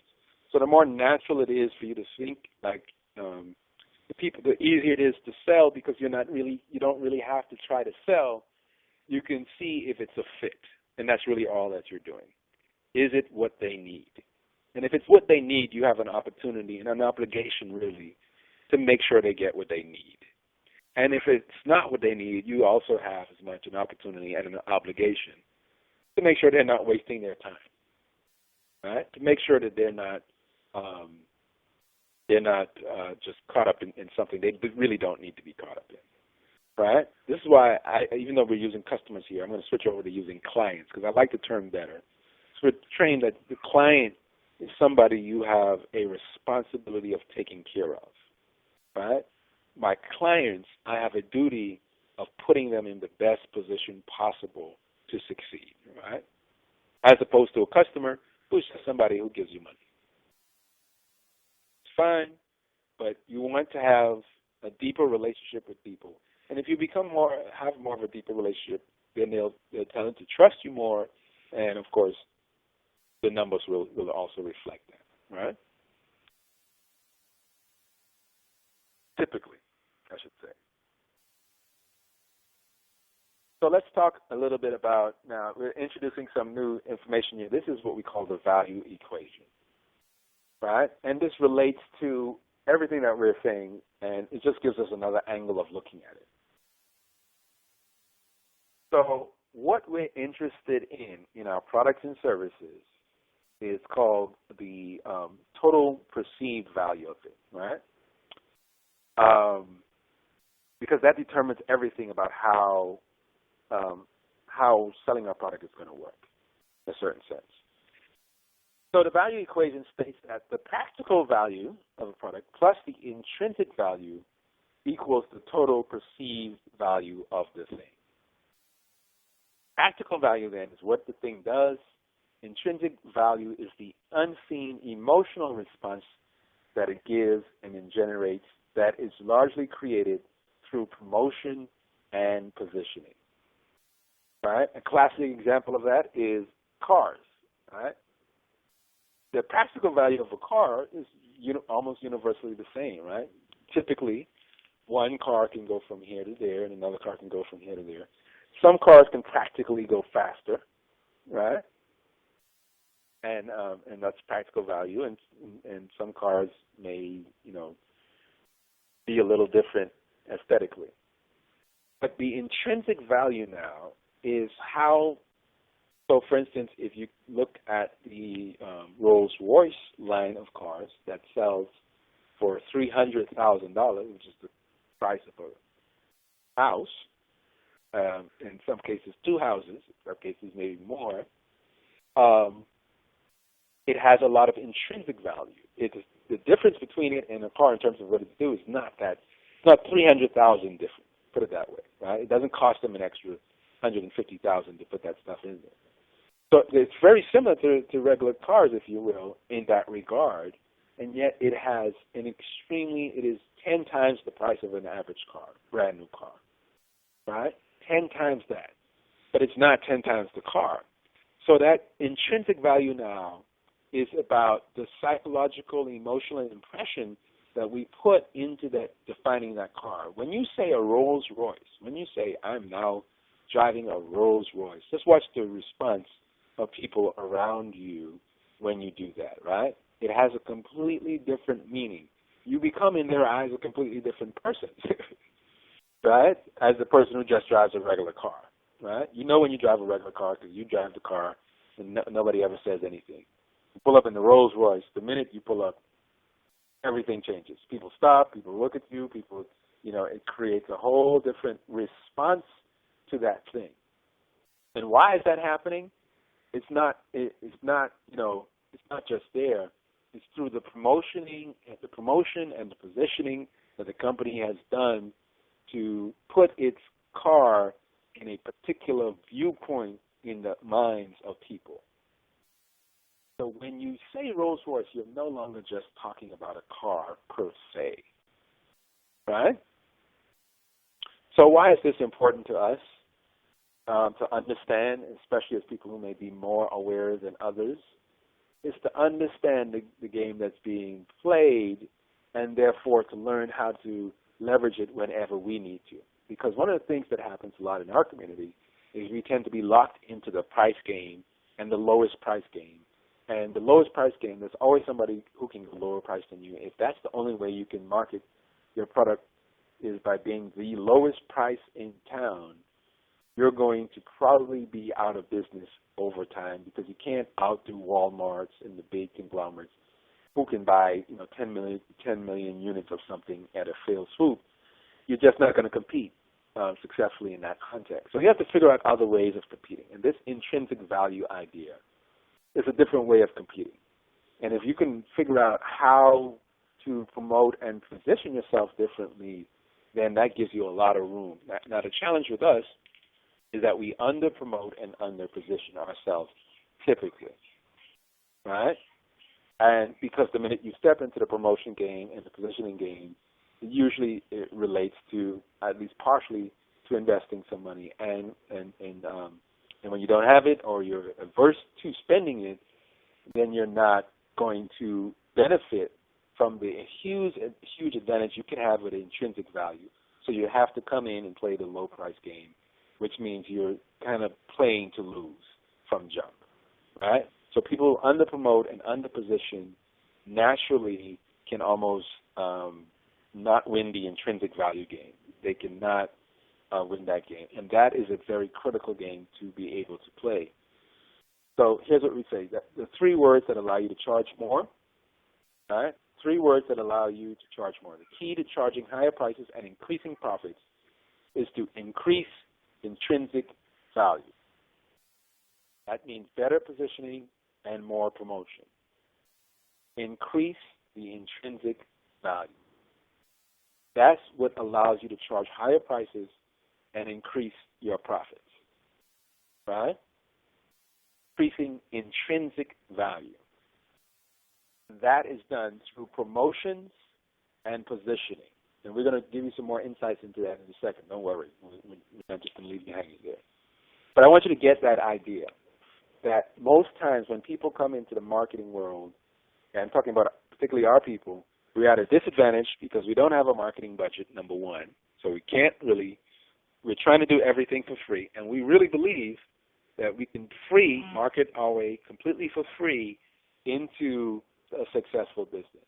And I'm not saying it's impossible, because nothing is. We started off saying that can't is just a word.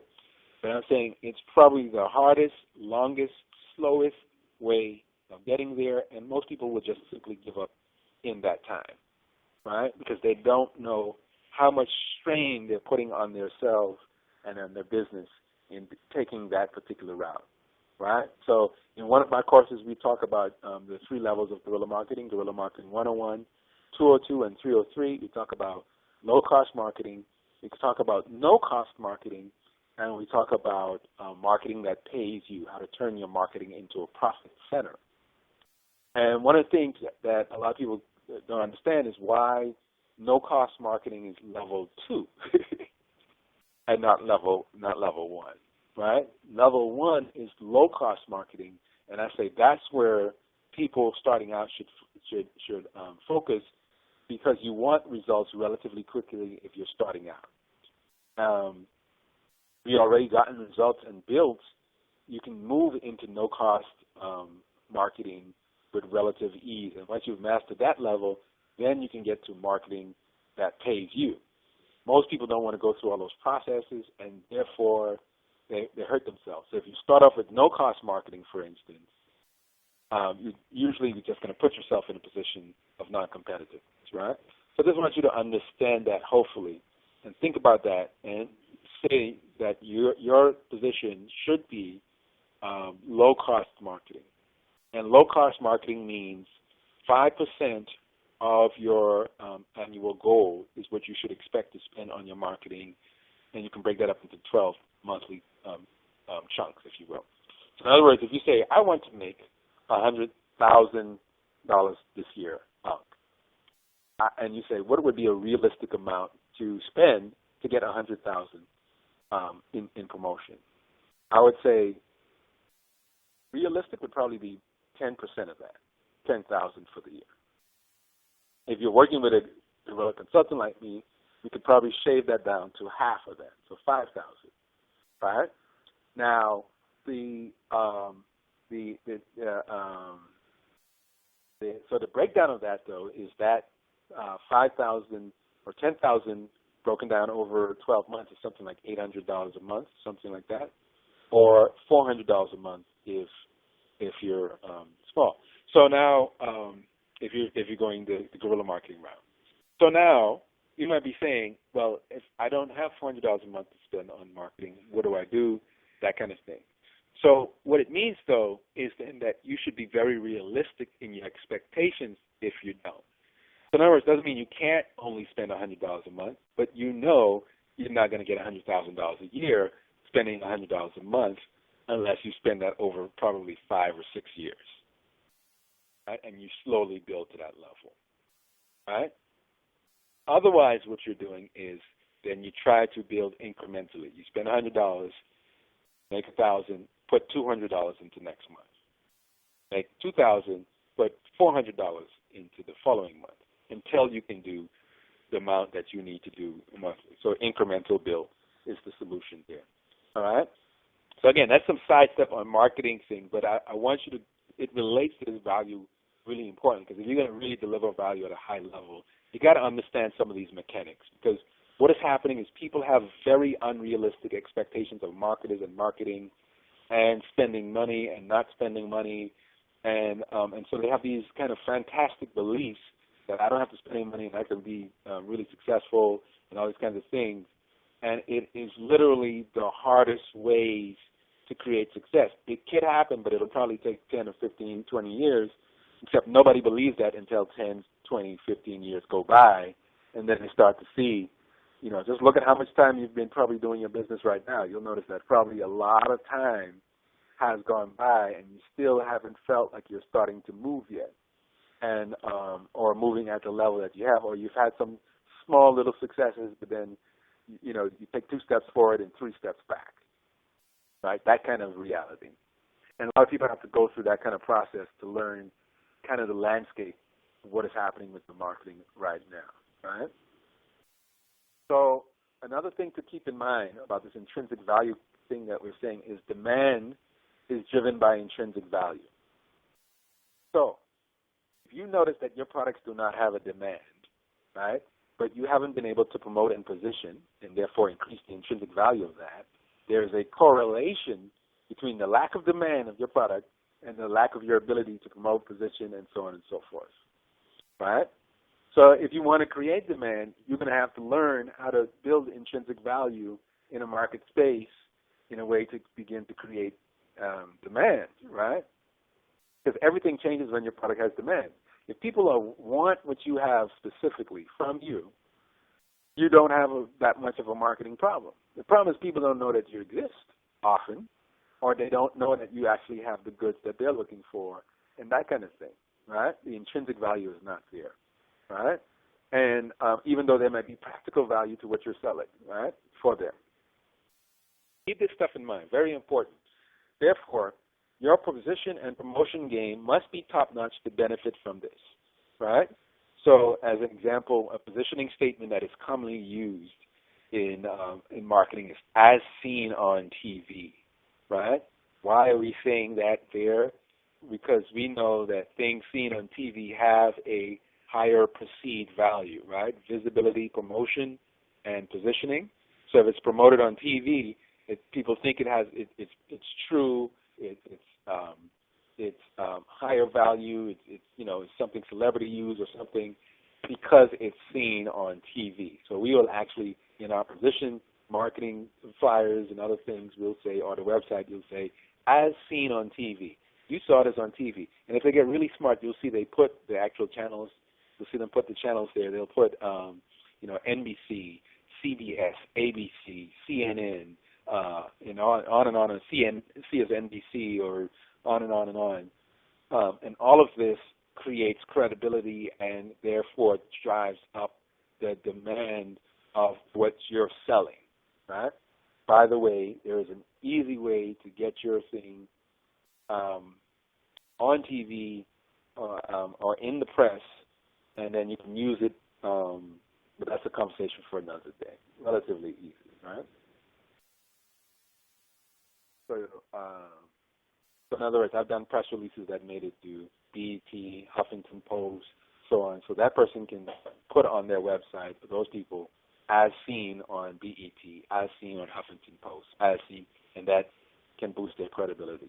As a matter of fact, I need to remind them to do this. So the ultimate positioning then is to line up your product with a service, with a tangible, meaningful result or solution of an acute problem you can solve, and then dollarize its impact, right? So in other words, if what you're doing actually creates a meaningful result for people, right, that is, you can actually leverage that positioning because of that, if that is an acute thing. So if you had, for instance, let's say, the cure for cancer, and you could cure cancer in 7 days, as an example, as a positioning statement, right?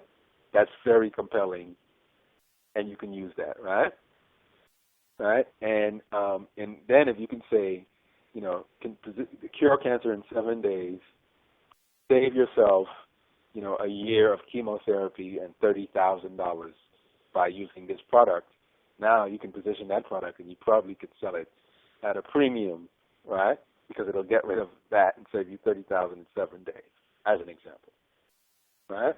This is some of the concepts. I'm throwing this around now, but the point is, over time, you want to learn how to master how to do that, right? In all of your marketing, some of that should be there and apparent, right?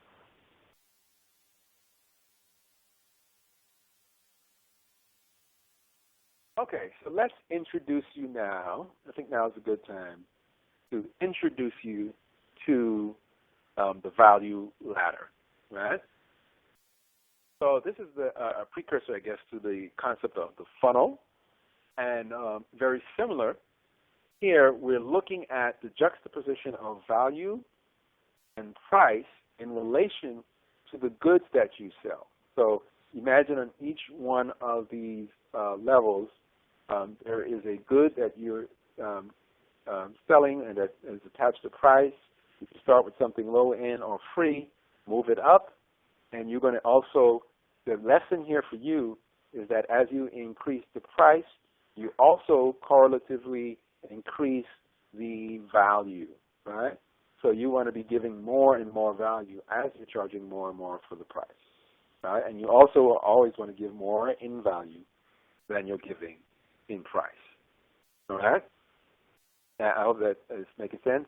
So what I want to challenge you to do here is, and what you want is, you want a kind of flow of products and services that can be almost right after each other. So here, you can have a $97 product and maybe a $197 product and maybe a $500 product and that kind of thing, depending on the business that you're in, right?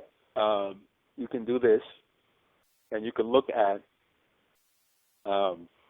your optimum price at the top of the ladder now. What's key about that is what should be at the top of the ladder is the biggest result that you can do for people, and the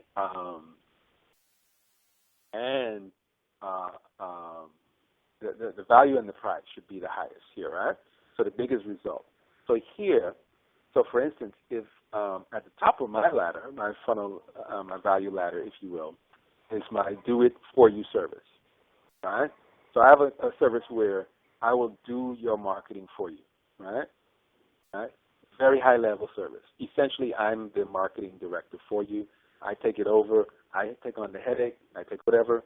But to do that service, that's a $60,000 per year service, right? But in that, everything I do, I pay for. So if I pull up new websites, if I put up new flyers, new whatever, I'm covering all of that, right? And all I'm doing with that client is they're checking in and they're seeing the results. Every month I'm giving them a monthly report. I'm executing campaigns every month, so on and so forth. And they are achieving a particular financial goal for themselves. I can do that, and that would be the highest level of service. But it's not worth it for me to do that for somebody for $25 an hour. It wouldn't be. It's too much work. It's just it wouldn't make sense. My family would starve and my wife would kill me, quite frankly.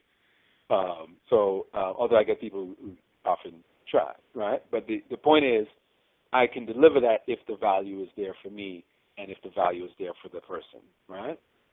And if they really value it enough, right? So again, you want to think about that in what you do. What's the highest value? That really, so your whole offerings are really centered around your highest value offerings. So for me, it's a step of ladder. So now you may say, okay, you get the free webinar, you get the paid class, that's $97. Maybe you get to work on value building in another way, and you can move it up and up and up, and maybe it gets to that ladder, right? So same thing you should have as a construct in your business. You should know what the highest value that you can give somebody is, and what is that to you, and what is that, and how can you value that, and we're going to talk about that in a way that they can perceive the value of what you're giving to them, right? That makes sense, and that should be also your highest price. Highest price, highest amount of value you can give. Got it? That's the value ladder. Hopefully that will give you some inspiration. I suggest now that you actually fill that out in your way. You might already have some things lined up. That's fine. Just go ahead and do that. And then when we'll get together, I want to look over, review, how you've organized things in that regard, if you have. If you haven't, go ahead and do so now, and then think about how you can increase the value of the offering and also the price of the offering as you move up the ladder. All right. Here's another viewpoint of it. There's an actual example, I think. So this is what I'm saying. Your highest profit and highest price should be at the top of here, and also the perceived value of that thing should be very high as well. Whereas with your free offer, the perceived value is going to be a lot lower, right? But it should have a perceived value, though. Even if it's free, in terms of price, it should have a value, whether it's a value of $30 and accept a $30 ebook, coupon, etc., right? And then you move up the ladder, right? So that's building out the value ladder. That is very important to the value structure of your whole business. So I'm giving you, again, different ideas to incorporate value into, so you have a whole essentially value-based system going on in your world, and as such that there is lots of points for people to access you and to receive your value, and lots of opportunities then for you to translate that value or transform that value into monetary exchanges. All right? Okay, we've gone another hour. Let's take another 2-minute break, and water break, restroom break if you need to, or anything like that. If you haven't finished up doing your value ladder, just go ahead and do that. I'll be back in about a minute or two. All right?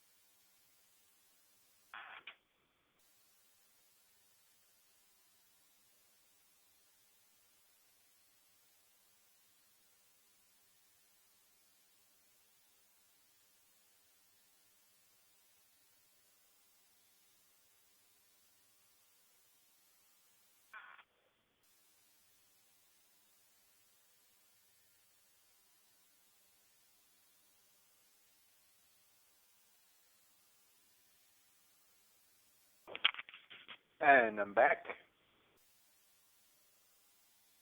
Okay. Good. And we're building our value ladder. Hopefully you've played with that a little bit. And you see how this can start to impact what you're doing. All right? So we've gone through a bunch of concepts now that, again, should be polishing up that diamond that you have in terms of your business already. You should be doing some of the work, chipping away at some of the raw aspects and just getting it ready. All right?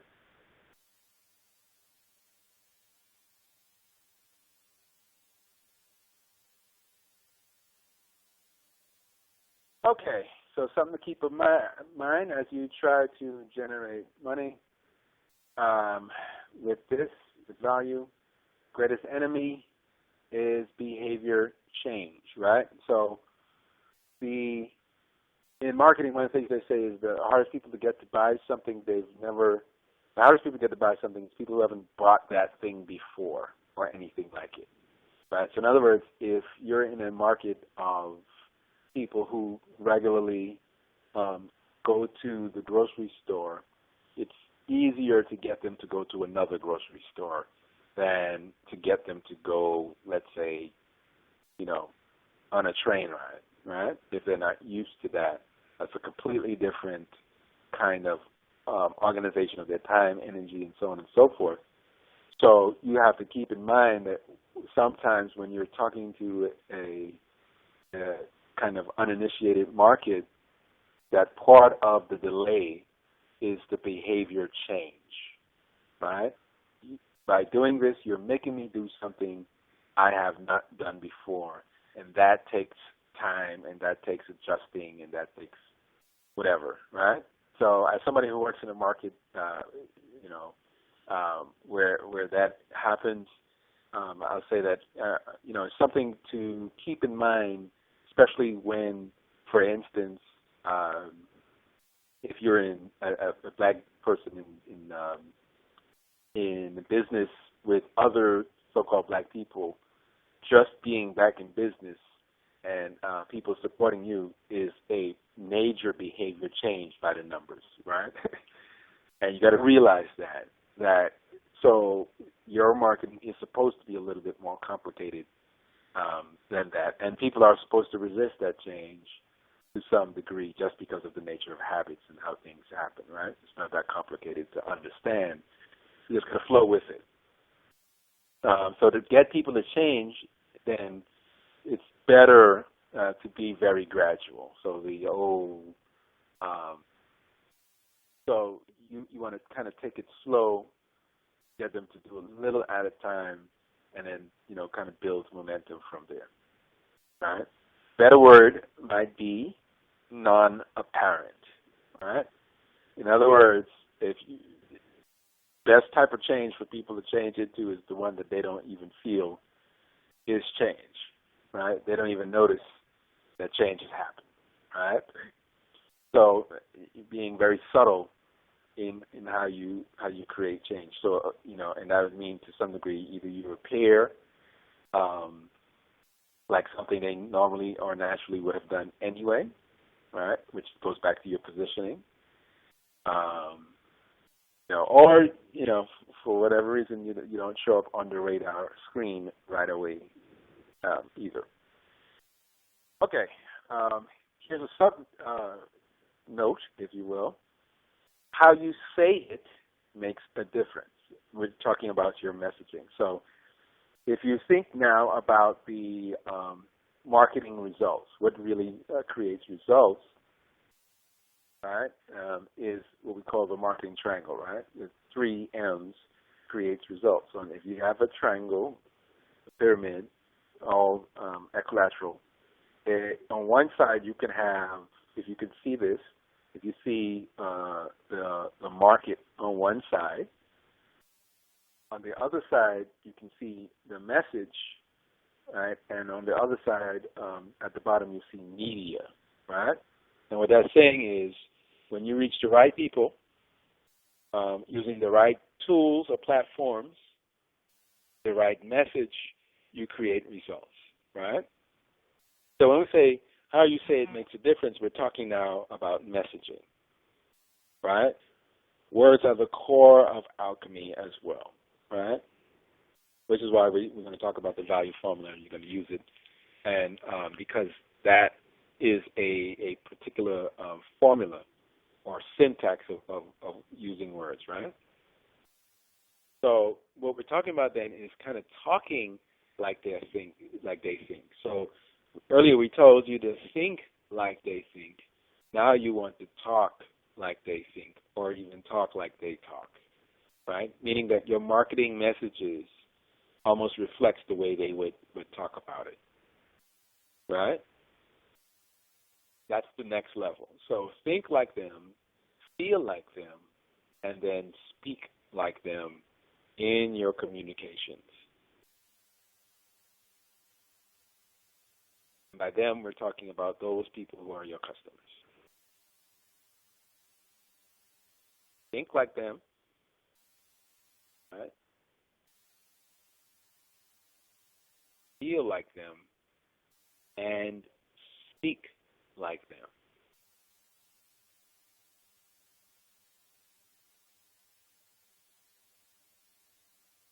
And when you learn how to speak like them now, when they look at your marketing materials and what they hear is their own voice, it's going to be very compelling, right? It's going to be very compelling and very attractive.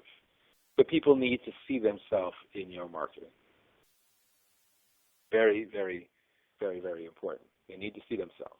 They need to feel like it relates to them, right? That's the only way people will take action.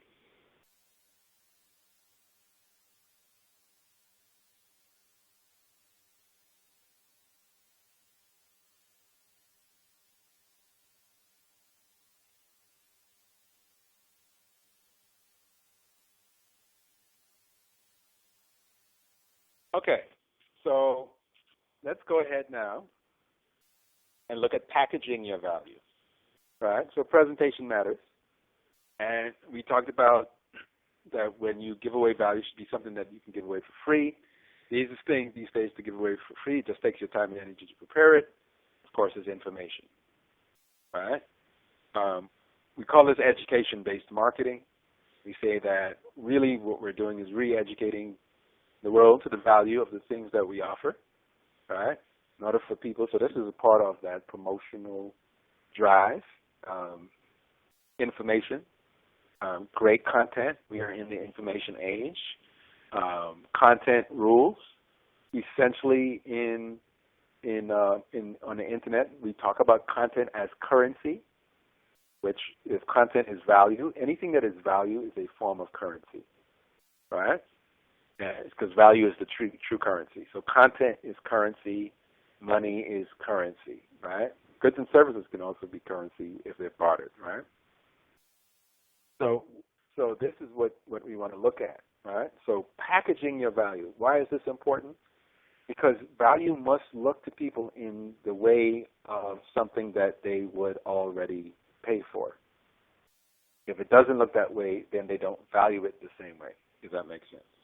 Right? So they have to see it. So in other words, if I gave you a free book, you would understand it that a book normally has a particular type of cost. And if I said this book is valued at $20, it probably would be not an argument at all because you understand that. You're not going to sit there and say, no, that book is not worth that, or generally speaking, right? Because the book has a perceived value, right, a range of value. Now, if I said the book is worth $1,000, that may be a little hard to believe, right?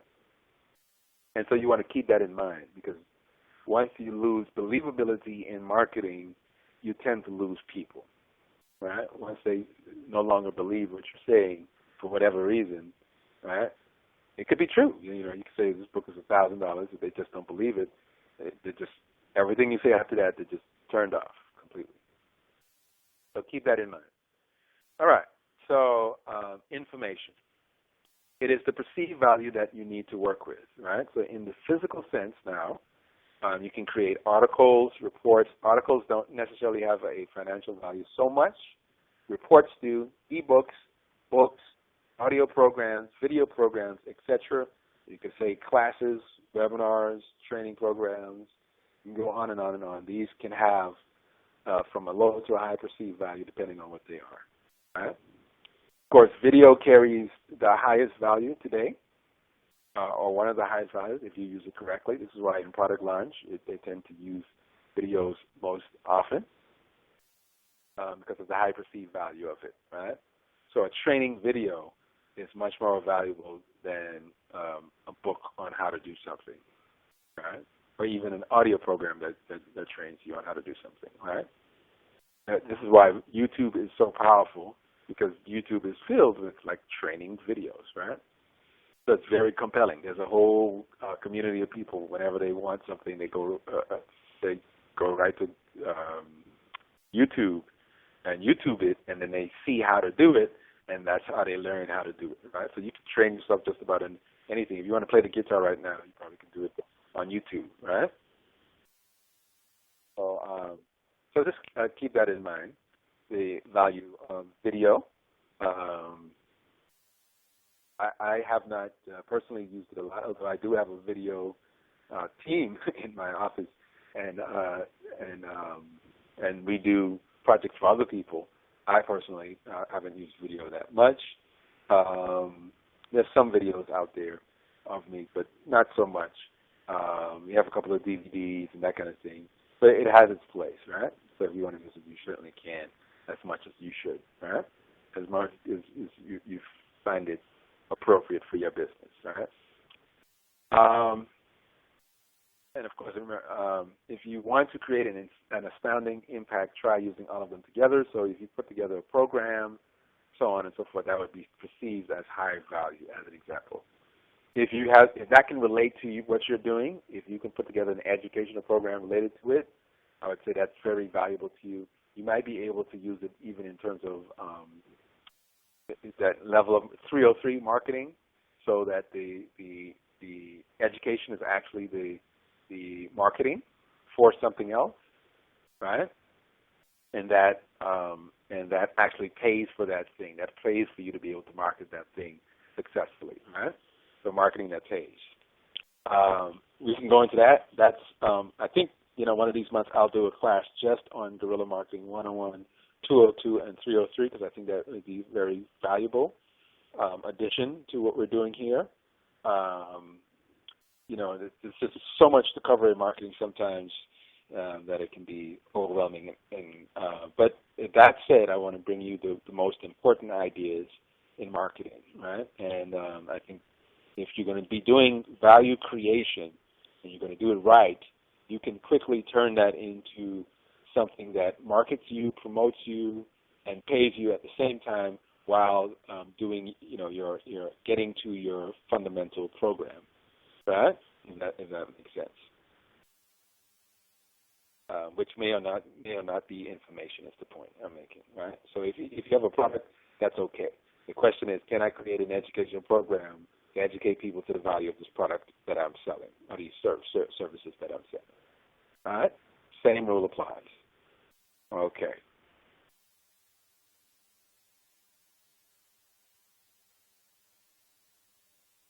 So next in line, then, and so the information to me is something you can use right now, immediately, and so on, at a very low cost or no cost to you. Also, next in line where that is concerned is also services. So you can package services. So right now, if I wanted to give away consultations, I could do that, right? If I wanted to give away, yoga classes, private yoga classes, I can do that. If I wanted to give away, private, raw food lectures or history lectures or any of the areas of expertise that I have some grounding in, I could do that, right? So I could do services as well. That's the point, right? If I wanted to help somebody do something directly, coaching, training, coaching and consulting is my, that tends to be my field of service.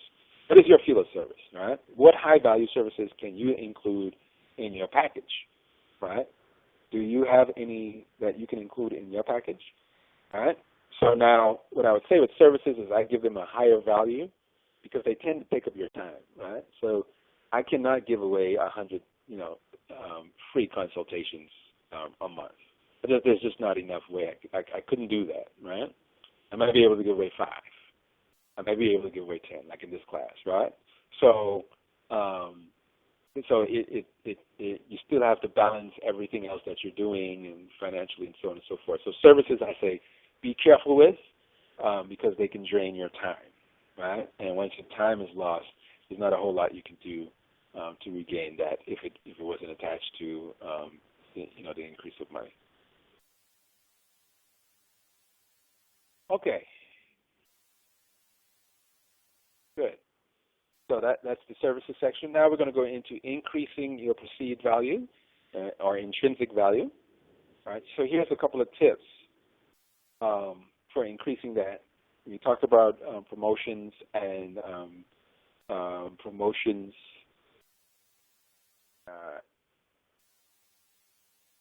and positioning. Sorry.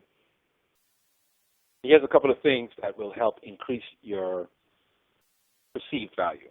So being known, real or illusory, for a particular thing can inspire trust in you, right? So whether you're really known for that, meaning that whether you are that expert or that thing, if you're known for it, then that can inspire trust in you. So I'll give you my story of what happened in South Florida with the yoga on the beach, was I kept giving away this free yoga class to get certified.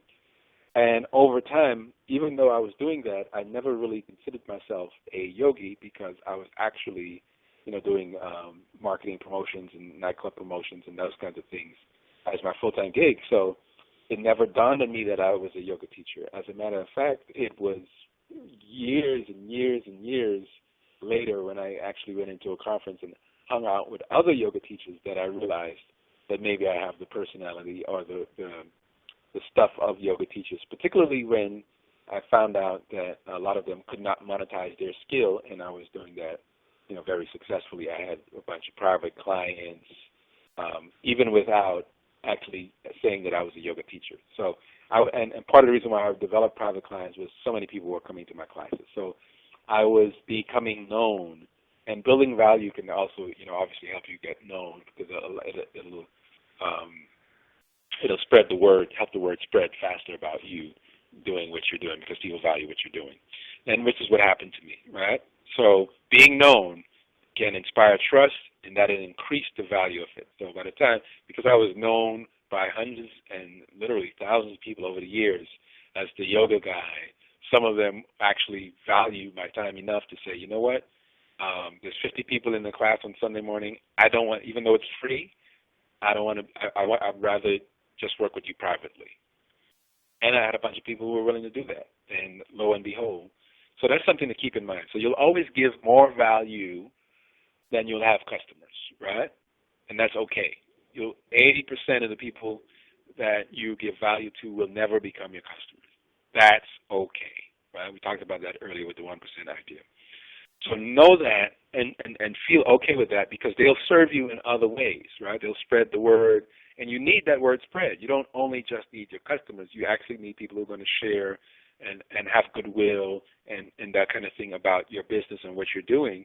So you actually do want to give as much value as possible as you can, right? So I gave, value to a lot of different people over the years, and it turned into different aspects of the business, right? Certifications, private clients, retreats, and all that kind of stuff. All that happened because we started a free class. Who knew that a free class could do so much, right? Which is the lesson that I'm sharing with you here. That if you're patient and you're willing to do free and you're willing to build your base, then you can make your irresistible offer and monetize that base. Simple stuff. All right? Okay. If you're not an expert, position yourself as one. If you're not yet an expert, I'm saying, generally in your business, in your field, you want to do that. And part of doing that, by the way, is we talk about you writing the book on the subject and or being a speaker fastest way to be seen as an expert is to be a public speaker about something. And so the idea is to just get seen as much as you can. If you want to develop the speaking component, that's one thing. The book will also help the speaking, obviously, because I shouldn't say obviously, but it will help, right? Because people will understand, okay, this is the person who wrote the book, right? By the way, if you're wondering, I am working on the quintessential Black business marketing book right now, and hopefully I can get it done. It is turning out to be a lot longer than I anticipated because there's a lot of subjects to cover, but we're working on it, right? Also, we talk about the use of the law of visibility. So if you're not familiar with the law of visibility, it's a series that I did on the radio show for it was a 4-part series on the law of visibility, right? Part 1, Part 2, Part 3, Part 4 dealt with comedic culture and the law of visibility. And one of the things that you need to understand, or the crux of the law of visibility piece, is that it is the most important metaphysical principle in our lives. We exist on visibility, right? And this whole culture is governed by visibility vis-a-vis what I would call manipulation of images and or magic, right? Seeing is believing, not necessarily the truth. But if people see it, they tend to believe it. And so people will believe more that you're the expert that you are, the more they see it. So you have to map out, even into your marketing, who are the key people that need to see me in the role, doing the thing that it is that I'm supposed to be doing. Right? So if I'm a marketing trainer, I have to ask myself, who are the people that need to see me as a marketing trainer? So for instance, I'll give you an example. I was declared by 2 people. One was the Miami Herald. A person from the Miami Herald, many years ago, in 2007, came to a presentation I gave. I was talking to about 50 Black-owned businesses at the time. And I was just doing a basic talk, and it really wasn't that profound to me. But she was a Caucasian lady, and she was taking diligent notes about everything I was saying because I was talking about the state of Black business, and she had been around, and she said she had not heard anybody talk about it, right, in actual facts, right, with actual data. So I was saying that, 80% of our businesses do not, generate over $100,000 a year, boom, boom, boom, boom. Pretty standard information you can get if you actually pay attention to the census and other basic business data, that 99% of all the people in our business, I guarantee you, if you talk to any marketing consultant other than Aakhu, and you ask them, they could be Black, you ask them statistics on Black businesses, they have no clue. But they're quick to say, you shouldn't worry about color, or, it doesn't matter. That stuff doesn't matter. Just do business, right? And the minute you look at the numbers, it matters a whole lot, right? It matters a whole lot. It's like saying to somebody with one leg that you should be able to run as fast as somebody with 2 legs, right? Just because you both are human beings. No, they might be both human beings, but if one only has 1 leg and one has 2 legs, chances are, generally speaking, the one with 2 legs is going to do a whole lot better than the one with 1 leg. There might be exceptions to that rule, but in general, you don't want to be the one with 1 leg. And our businesses are running on 1 leg. We just don't know it. And then our expectations of success are unrealistic because of it, because we're looking at people with 2 legs culturally, and we're expecting to create the same level of success, and it's just fantasy, just unreal, all right? Unless we have an actual plan based on our unique reality and our customized to who we are, right? So you can show somebody with 1 leg how to adjust and maybe train them to compete almost as good as somebody with 2 legs. It could happen. If you got to clarify for them the difference, that, you're 1 leg, and so we have to make adjustments because of it, right? All right, sorry for that. So that's the law of visibility, and very important law. If you can find those audio trainings on that, I would suggest you add that to your collection. Very important, because again, nobody talks about it. nobody talks about the metaphysics of the law of visibility, right? Except Aunkh. And I'm not saying that to brag. I'm just saying it's too important for nobody to be talking about it, right? It's critical to your success because we live by what we see. We move by what we see. Your business has to be seen. And when your business is invisible, you just cannot succeed. You just cannot, right? It doesn't have to be seen by everybody, but it needs to be seen by the key people that you need to be seen by. So you need to work out a plan to be seen by those people. All right? And that increases your perceived value. Because if I've never seen you before and never heard of you before and all that, I'm going to ascribe the lowest possible value to you. That's because I'm going to say, if Uncle Cool is such a great marketing consultant, how come I haven't heard of him before? Right? So I know those people. So I know how to deal with those people, right? Because I say, okay, here's some recordings of my radio show. Here's some, right? Here's, some other ways. Maybe show them to the YouTube. You see me, and then you get a sense of, what I do and that kind of stuff. And it changes the conversation as a result of that. You get what I'm saying? These are things to think about as you increase your perceived value. So what is a way that a lot of people can see you doing what you do?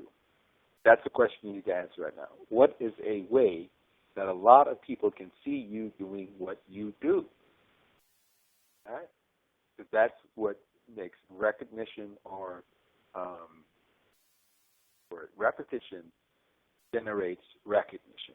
Right? If I keep going past this corner over and over and you're standing there, I'm going to start to recognize you're the person that stands in the corner. Right? That's how I'm going to think of you. Right? That's called positioning.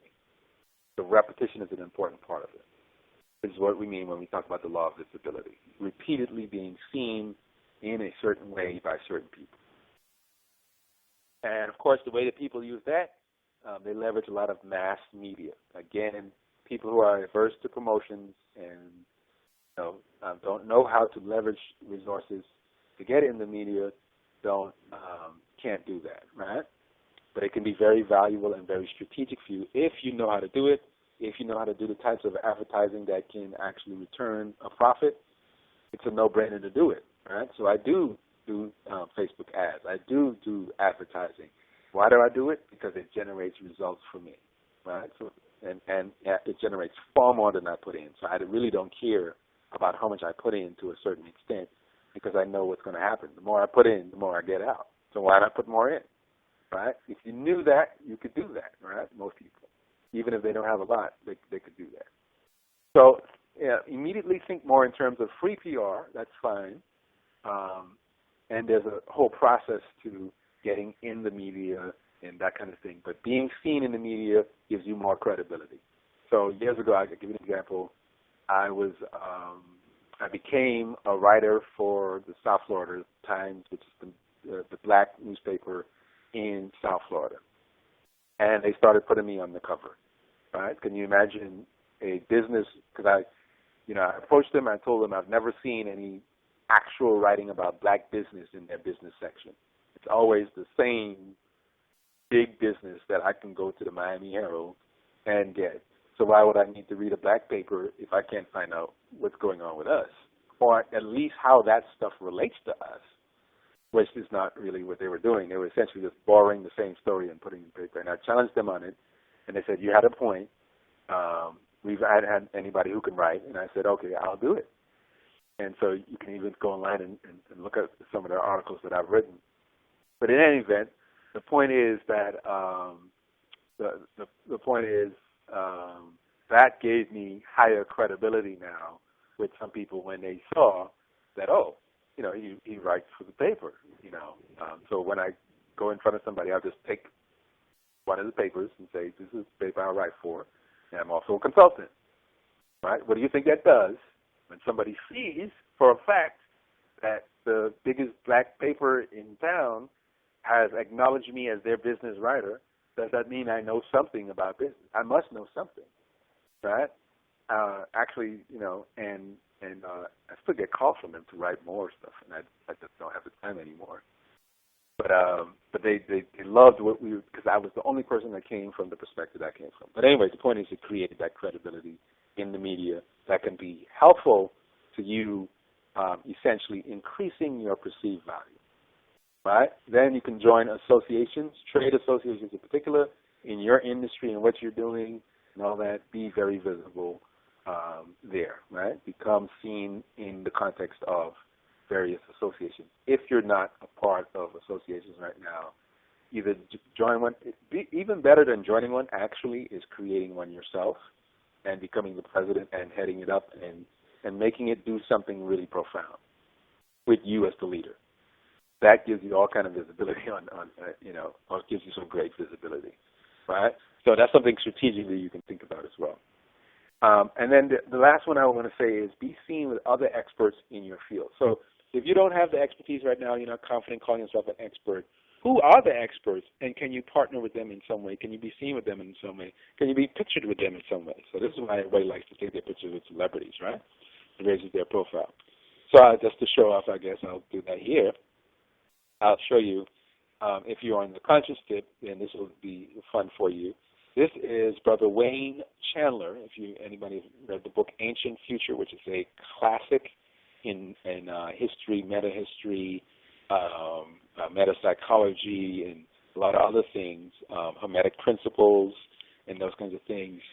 He interweaves history, psychology, metaphysics, symbolism, sacred geometry in the most unique and fascinating way. And because he's a different type of historian, he was, worked with Ivan van Sertima and came out of that school. He's probably the preeminent historian on African presence in Asia. One of the preeminent, if not him, Renogo, and some others would come to mind. And I had the good fortune of being his student for over, actually it's been years now, and in Qigong. And so this is a workshop. I went up to D.C. to meet with him, and lo and behold, he puts me on to teach the workshop alongside him, which at the time I felt really nervous about because I had been a little rusty in my practice, and you're not feeling confident. But he always had this wonderful confidence in me, and you got to appreciate people in your lives who don't have to. I don't know why he saw this young brother and saw him as something. And so this is one of the guys I really give a lot of credit to in my life for saving my life. And it's one of the lesser known stories about the quality of the man, besides being a great speaker and all that kind of stuff. As far as the human being, he really transformed my life and my path. And he's also big on the alchemy subject, which is what this is how I know that I'm on that tip, because really I got a lot of it from him. So in any event, he put me on in this workshop, and it was great. It was my first workshop outside of my city and all that kind of stuff, and it began to transform how I was seen in that world, right? So again, being seen by other people can be very powerful if you have those types of relationships and all that kind of thing, right? You can leverage that certainly quickly, right? When we built out our studio as well, one of the things we did was we brought in people like him occasionally, and again, that increases the value of the studio and what we're doing and that kind of thing, that we can have, people of high esteem in the place, all right? Think about that in your business, all right? Prominent historian, Qigong, internal alchemy master, so. All right, so let's get to some of the good stuff now, all right, as we're getting there, all right?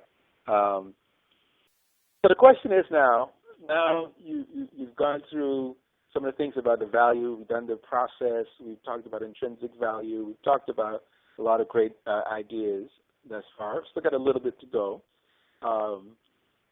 And we're going to move through, hopefully, in the next 35, 40 minutes and finish everything. But the big question before us then is, how much value do you need to create in the business of your choice to get the amount of money you need? All right? So this is where it gets kind of interesting. Because often when you think about value, right, you don't think of it in terms of actually measuring it, right? And we say the best way to measure value is to measure in terms of its worth or money, right? And so the question is then, if it's measured in money, why would there be a difference in how much value you create versus the money that you you get, right? And that's important to understand because in today's world, and it may have always been this way. I can't say it hasn't. Nothing has always been this way, I guess. But what I would say is that today, more than ever, you have to give more than you expect in return, as a principle. Work to give more than you expect in return, right? So that, as a principle, as a core principle, something, if you don't have it written down, always remember it. I'm going to give you the formula in a second, and that's going to help you. But always give more in value than you ask for in money. Always give more in value than you ask for in money, right? And you'll notice that there are a lot of people in places and spaces where price is no different than value. Price equals the value. It's $2.99. That's it, right? But you'll notice if you look at certain things, like if you look at TV and you see infomercials, you'll notice that they say, this whole package is worth $999, right? But wait, there's more. And now we're going to add in this and this and this. A package worth over $1,200, and you can get it today for $19.99 or whatever, right? And this is what you do in a hyper-selling context like TV or like emails or like anything like that, where you're not directly talking to someone in particular. This is what you have to do to express the value, right? It has to be a better deal for me. If it's 2 o'clock in the morning, I can go to sleep. Instead, the TV's on. There's an infomercial playing. In order for me to call now, right, you've got to throw down some serious, value for me to value taking action on what you're doing. So I suggest you use and watch some of those old infomercials, or even recent ones, as an example of how they disseminate and create value, right? Look at how they package things. Look at how they do that, right? And because there's a whole process to that. And to be honest with you, if you ever understood how much infomercials used to make, it'll probably make you sick to your stomach, right? You see them selling this thing for $9.99. You're like, how is it that they could sell that thing for $9.99 and it's worth $900 and some odd dollars, right? And the answer is, all they're trying to do is get you on the phone so they can upsell you and all that. They have a whole system. That is the loss leader. Like I told you about the McDonald's and the 29-cent hamburger, that's what you're doing on an infomercial. Infomercial, you do not make the money from the thing that you're selling, right? It's ironic, right? And to be honest with you, you might want to even organize your business that way. You're not really making money from the thing that you're selling. You're just attracting customers that way. And from attracting customers, you make your money on the back end, right? These are the types of techniques, strategies, and things that will make your business successful. But most people need to make money up front, most of our people, and as a result, they're in a non-competitive position. Because if you are competing with somebody who needs a customer and understands lifetime value of a customer, right? So you're saying, I'm selling my product, your product, you're selling your product at $20, and the guy on the side has another product. He has a $20 product, but he says, you know what? I want that customer more. I'm going to sell it for $10. And you're looking at him like, how can he sell his product at $10? That's losing $10. I know he's losing $10. He's already calculated that customer is going to come back and buy from him 25 times in the next 2 years, and at $10 each time, he's going to make another $300 off of that customer or so. And you're going to wonder why, because you won't realize that for him it wasn't about getting a customer, it was about keeping a customer. It wasn't about winning on the first time. It's establishing a long-term relationship, right? And that's what you should want to do with and for your best customers, right? By creating more and more value for them, right? And that's how your business should be organized, right? It doesn't have to win out the gate. Doesn't have to. But sometimes you have to lose to win. And you have to know that that's a viable strategy, right? If you're using it as a strategy, if you're using that value ladder and those kinds of techniques, then you can actually get away with some of those things. But other people, other competitors in your industry cannot do it or may not have figured out yet that that's the way to do it, right? So you're getting very advanced information here. If you could figure out how to use it, I'm sure, again, you're going to more than make back. If you get one customer now using a lost lead, that should translate into more than the money you invested in this program easily, right?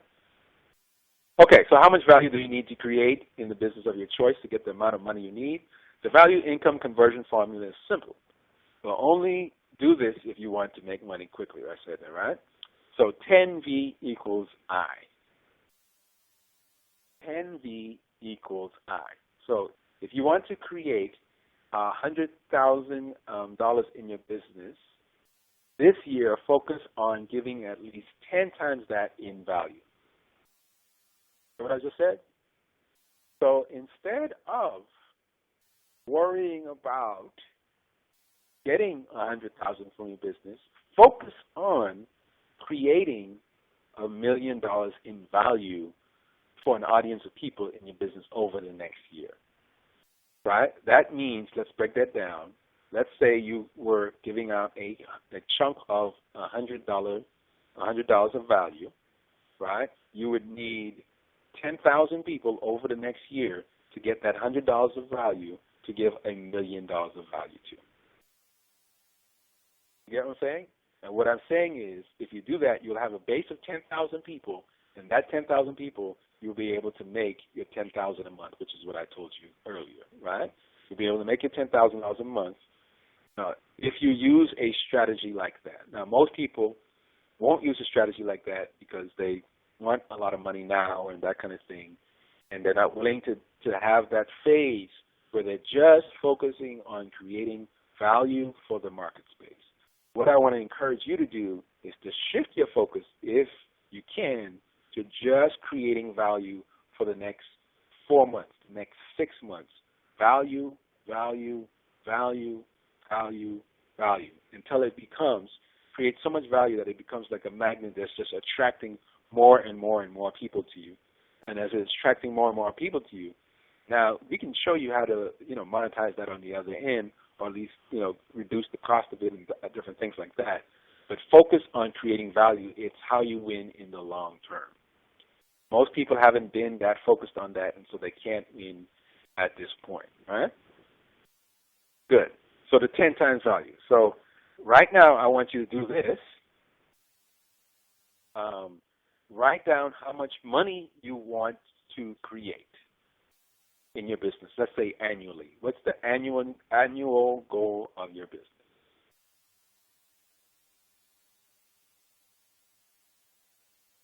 All right. Wrote that down. I want you to add a 0. All right. Then put next to it, the amount of value I must create. Now you're going to want to track this. All right. So if you want to create $1 million in value in a year, which is a lot, I say if you're a smaller outfit, you might be easier for you to just create 100,000, right, in a year. That way you're doing about 8,000 a month, and you can figure out, right, your marketing is geared towards it and so on and so forth. Because you want to start small. This is not something you can do, especially without a budget and those kinds of things. If you have the budget for it, then you can do it. It doesn't matter, right? If you don't have a budget and you're not willing to invest the budget, or you're not able to, then it's going to be a little bit more complicated to get it done right away. You have to build incrementally, right? Keep that in mind, all right? So you should have your number. If I want to make $1 million a year, I got to create $10 million in value. It's that simple, right? If I'm doing that all by myself, I'm going to run into problems, right? So because that's a huge amount of value, dealing with a huge amount of people and all that kind of stuff. Again, you have to know what your resources are. Now, if you have a team and you have 4 salespeople in your office, then you probably can do $10 million of value in a year, right? So this is how much value you must create first, and then you monetize with an irresistible offer, which we talked about, and boom, there you have it, right? In business, highest value wins. Remember that. This is the one truth in business we know, that the highest value wins. That's why value, you cannot go wrong with value. You can only do something that is not really valuable to people. And if it's not, that means it's not value. But if it is value, you always win. You cannot lose with value. You cannot lose with value. I'll say it again. You cannot lose with value. You can only lose when you do not know how to create value. When you create stuff that people do not value, you will lose. You can produce things that people do not value, but if you do, you will lose. Your focus should be producing things that people do value, and the more you become an expert at that, not only will you not lose, you will constantly succeed. Because in business, the highest value wins. Can't say that often enough. So let's talk about the problem of equality. So most business people believe that a customer should pay exactly what a product is worth. So they become narrow-minded and short-sighted, right? So you think it's worth $10, that's what they should pay, and so on and so forth. And we're not talking just about price reduction, we're talking about value, creating more value for that price, right? So, if you become narrow-minded and short-sighted in this context now, the problem is you're in a competitive environment and there's somebody else willing to come along and do things a little differently, and they will take the money. And when somebody else gets the money besides you, whatever you're doing, you got to rethink, right? You're not willing to give more real value, someone else is. Remember that, right? So I wouldn't hold on to that if I really want to succeed. In today's world, it is more incumbent upon us than ever before to give massive value.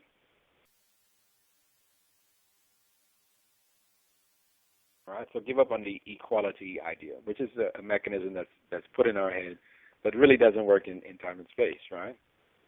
Almost nothing is equal. Okay, how to have people love spending money with you even during a recession. I use this term recession because I don't feel like the black community in particular is out of a recession. Actually, we are in a worse condition than we were at the beginning of the recession, through the recession, and at the end of the recession. So our state of our community in particular is perennially a recession, if you will. This is where money is tight. The businesses that appear to be aware of this, customers love.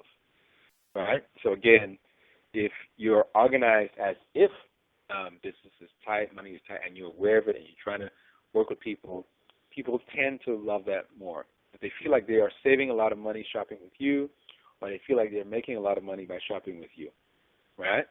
So in other words, you're helping them to win in some way, either by saving a lot, making a lot, relative to their own situation, right? This is what people want to feel during a recession, that somehow you're helping them, you're understanding that they're in a recession, and you're helping them through, right? Create bargains and good deals, and they will love you, right? In a recession, bargains and good deals, higher value, so on and so forth, right? Things to think about. And sometimes bargain doesn't mean low price, by the way, only, all right? Just have to think creatively about it.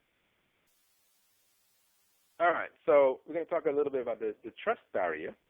And the trust barrier is the great hurdle to me in black business, right? There's actually a book called Trust-Based Marketing by Dan Kennedy, who's a renowned marketer. And one of the things he points out in the book is that we need to shift our focus from even selling products and services to selling trust, right? In other words, we need to become the kind of people that people can trust exclusively.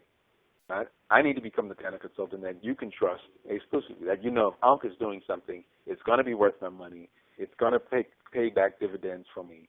It's a great deal if he says I need to do it. If he doesn't, then that's a whole different story. Right? And we need to become those types of trusted people in our communities in general. In other words, this is how we dismantle a lot of the negative imagery around black businesses, is they're becoming people of high trust, business people of high trust. It's not easy to do, right? Especially when you're under-resourced and you got all kind of things coming up. You know, it's funny how, I do retreats and so on and so forth, and every now and again, so, I'll do a great deal or great special for somebody, and they pay half the price for the retreat, and yet they would still expect fully to have the, $3,000 experience for $1,500, and they wouldn't make the connection that part of the reason why they're not having the same experience at the highest level is because they actually, it's crunched, because there's only so much you can do in that context, right? It's one of the challenges of doing discounts sometimes, right? Because it crunches things, and then the expectations are unrealistic, right? So this is all happen, and sometimes, people want more for less, and they don't realize the challenge that creates in terms of business, that you really can't do it. Like, I have people sometimes that want me to do everything for them for little or nothing. And I'm like, I would destroy your business and destroy mine in the process, and it wouldn't make sense, right? So again, building to becoming the people of trust takes work, takes effort and all that, but it is a key component of your success as a business. As a matter of fact, financially, the term trust is a very important term, right? Like, we put our money in trust funds, right? And all that. So that's how important it is. It's at the top of the financial spectrum. So trust is everything. Trust is where the money is, and you'll notice that our businesses tend not to be trusted, and therefore they tend not to generate a lot of money. So we have to do the work of destroying. We talked about that we are undervalued at the beginning. So we have to do this by destroying those myths. We actually reconstruct our value and increase our intrinsic value, thereby increasing the demand for our businesses, right?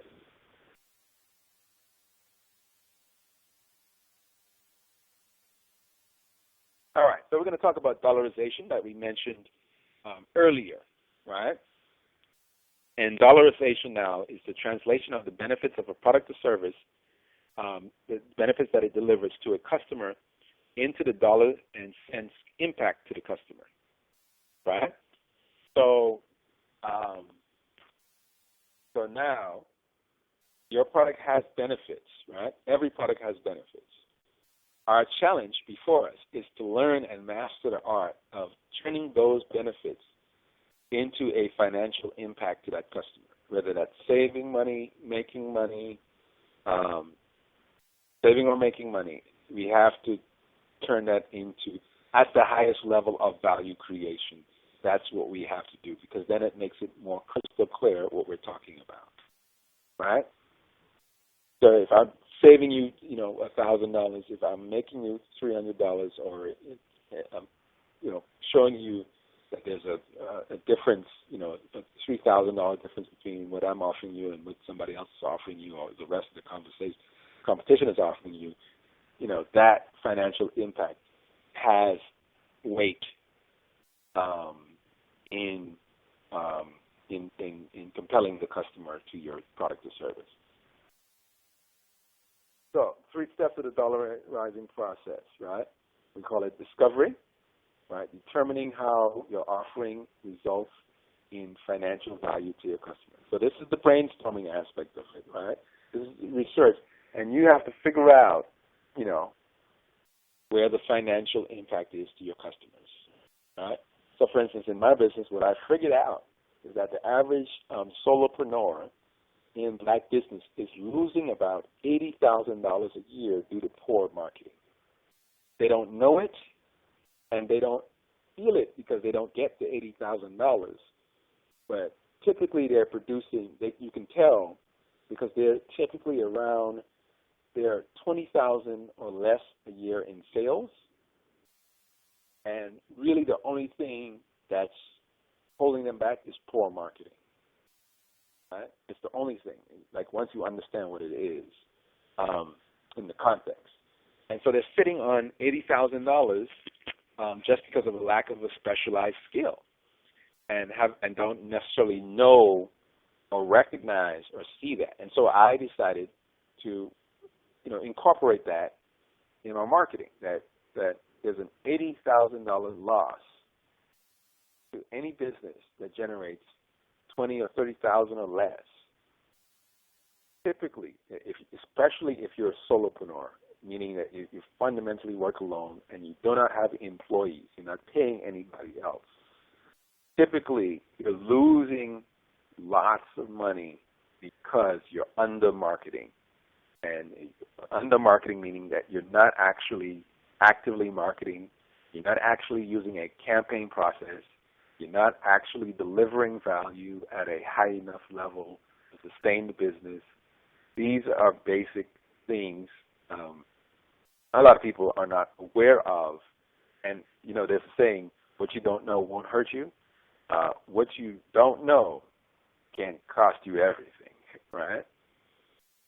So that's the discovery. Then we get into developing the formulas for you to calculate that value in a specific way, right? So how did I come up with that? I realized that 83% of our business did not generate 100,000 in sales, and in fact, they had an average of 20,000, and I can attribute all of that to the poor marketing. So that meant that the ones that did the 7 things that I show in my report on monetization for us, the businesses that do the 7 things that I show, what they have in common is they tend to generate over $100,000 in sales. So anybody who's doing that is not doing that tends to generate about 20,000. So if you add those 7 things to what you're doing, value is one of them. What tends to happen is you guarantee more or less that your business will operate at above $100,000, a 6-figure mark, which 83% of our businesses do not, by the way. So there's a huge 93% of our businesses do not. All right? Automatically. So if you're black, you probably don't generate $100,000 in business. Just off rip. And it doesn't mean, as a matter of fact, if you're a solopreneur, you probably don't generate more than 20,000. I know that just by looking at the average person. I don't need to know your business or what you're doing and all that. I know that because I've been black a long time. I've been in business a long time, and the numbers tend to be consistent. Whenever I meet somebody or with over 100,000, usually they're a team of people. It's 3 of them, 5 of them, and they're working together and all that. And I can tell they're doing certain things. I can point out that they're doing systematically, and like I said, they're probably doing more of the 7 things that I would focus on. Okay, you got the data development. You develop specific data to calculate the dollarized value you deliver to your customers. And then you have strategy integration. That's the last step, right? You determine how you're going to use the dollarized story to shape your marketing and sales approaches. So if you have that type of information and you know that for a fact and you can show that thing, then you integrate that into your marketing everywhere, right? Because dollarized value is understandable. It's the most understandable form of value, right? So we want to keep that in mind. So here we go. I'm going to give you an example of dollarization in a business scenario. So here you go. This is from, I forget the name of the book, but in any event, this is where that comes from. And I think it might be dollarization. So example of applying dollarization in the business scenario. You have a software company. You have a manager begins. He does some customer interviews, focus groups, etc., to discover how their product creates value for customers. So he asks them, how is it creating value? What does that mean? What is that? And he basically assesses if there's a financial component to it. So the value-creating benefit they conclude is that their software tool eliminates the need for training employees. So they have a software tool that the employees doesn't need to be trained on. So here's what happens now. All right?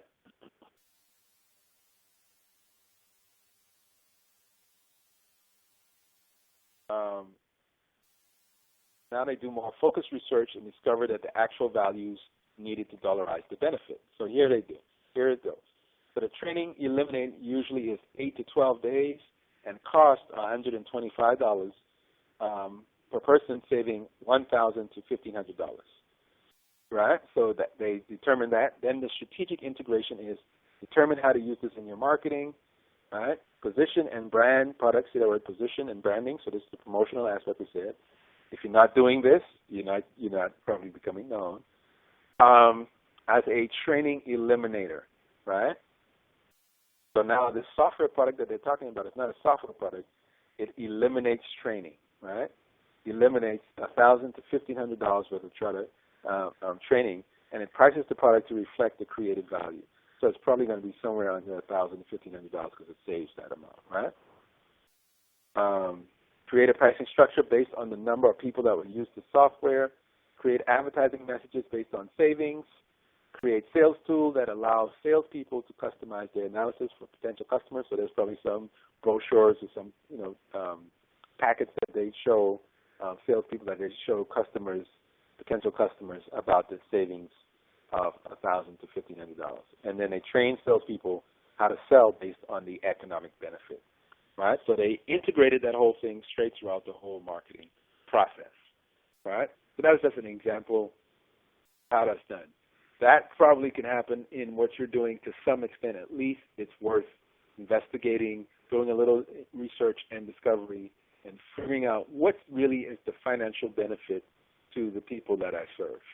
Right? What is the financial benefit? How can I extract it in a way that I can actually calculate it in a specific number for people, right? The more specific the number, the easier it is, right? To put it into your marketing. Okay, we're going to get to how to establish a deep rapport with your potential customers, right? 3 steps. So you're going to create real value, which we just talked about with dollarization as the highest form of it, something that people can, it becomes a tangible feeling because they have a monetary value. You deliver it, and then you over-deliver, right? So whenever you're consistently able to create real value, deliver it, and then over-deliver on that, then you're going to have a really deep rapport with your potential customers.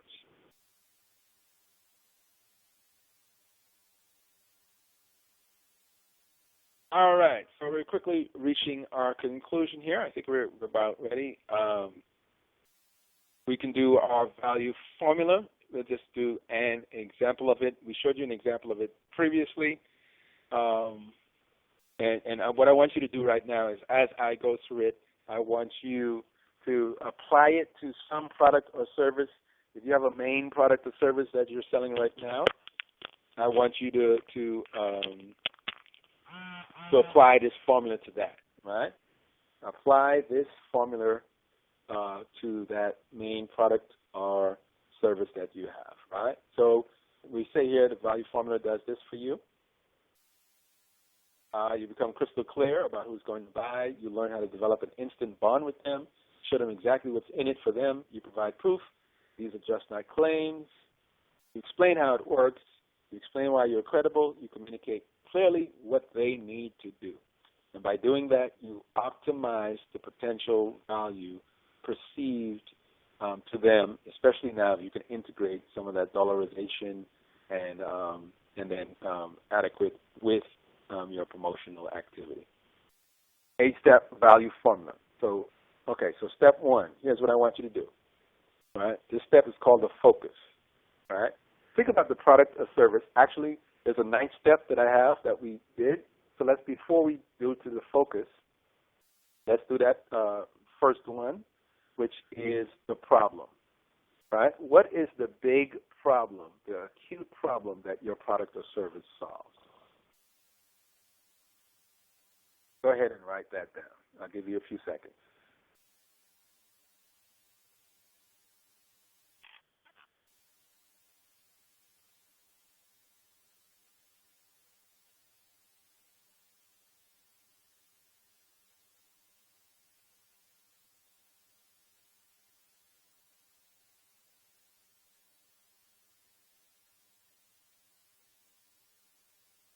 Next, I want you to clearly communicate exactly who your services are for.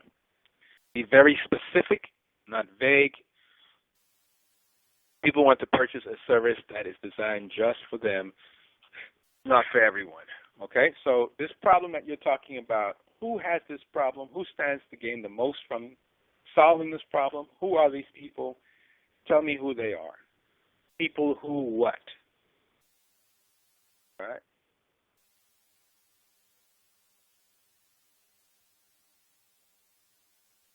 So this problem should be acute for them. It should be an intense problem that they are trying to solve. So you're talking about who's looking for this solution.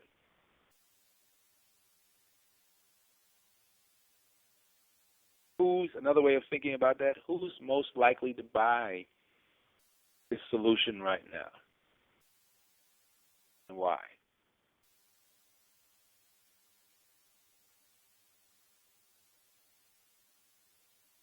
So we're going to get to the empathy statement now. Now, this is where you get to practice. If you think like your customers, this is where it's going to be easy for you. If you don't, it's going to be a little challenge. You're going to demonstrate that you understand the pain of your prospect by creating an empathy statement that describes the problem the way they would. Right? They're looking for pain relief, but you first have to show that you understand and empathize with their pain. All right? So describe the pain of the problem that they're experiencing in the way that they would. Think like them and feel like them for a second.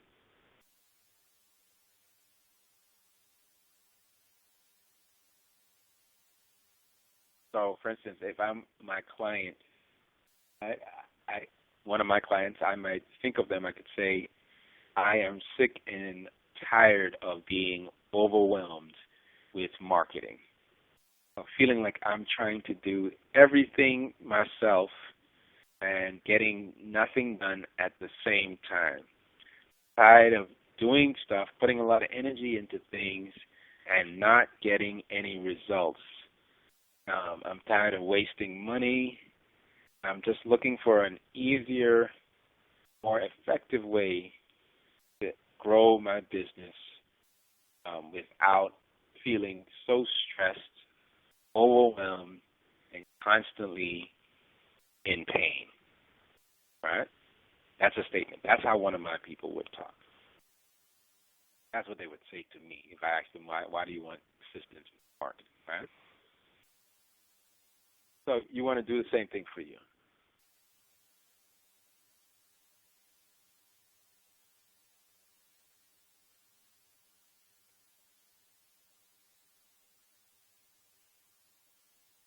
So show that you have a cure for the pain and talk about what things will be like when the pain is gone and things are finally working and pain-free. Spread some hope. So the solution for me would be, in that context, to have a simple marketing system that shows you what your results are, that helps you to track those results and improve those results from campaign to campaign with relative ease. Right? That's the solution. So the solution for that person to avoid overwhelm is to follow a simple, systematic campaign structure that just leads you step by step. You don't have to waste a lot of time doing a lot of other stuff. Just follow the process, get the results, get moving. All right?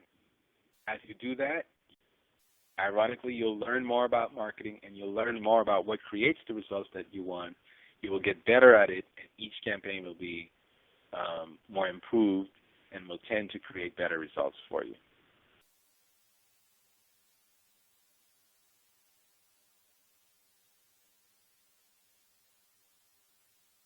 So what are the other benefits that comes with your service, right? Just beyond pain relief, right? So you could say the other benefit is now your business will have an actual marketing system. Right? You don't have to ever worry about not marketing anymore. You'll have consistent, stream of customers coming in. We have various ways of upselling and turning first-time customers into recurring customers. These are benefits, right? You'll have greater profits. You'll attract more customers to you in the first place. You'll be much more stress-free. Follow a simple process. That's easy to do.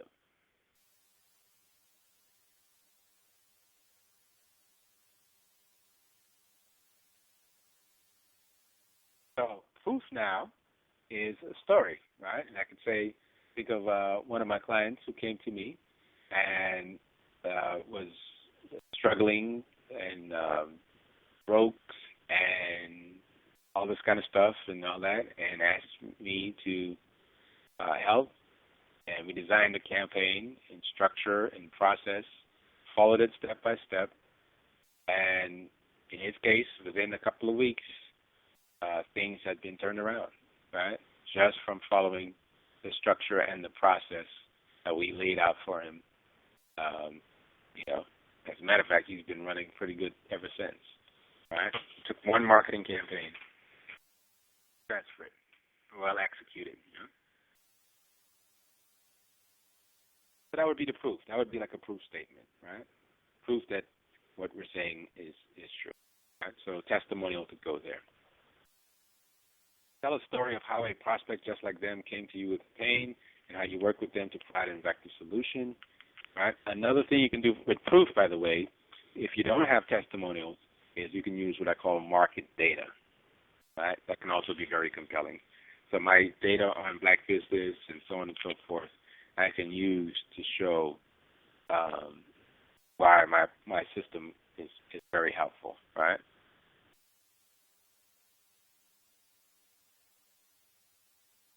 Okay, so I hope you're doing these. Make sure you do your proof. Have some type of proof statement. Remember, we're going to check all of this over in our one-on-one sessions. All right, the process. Explain how this pain relief actually works. Right? Relate the story behind its development. Outline the steps to take. Show what happens and how the prospect will be involved. So I would say, first, I will, do a marketing analysis, and then from there we develop a blueprint to follow a guerrilla marketing process and methodology. In that process, we go through 12 steps. Those 12 steps deal with everything from market research to writing a calendar, which is the instrument we use to track everything. And once we get to that point of tracking everything, we know exactly what results we created and what created the results that we did have and how to adjust those next time so that we can get better results.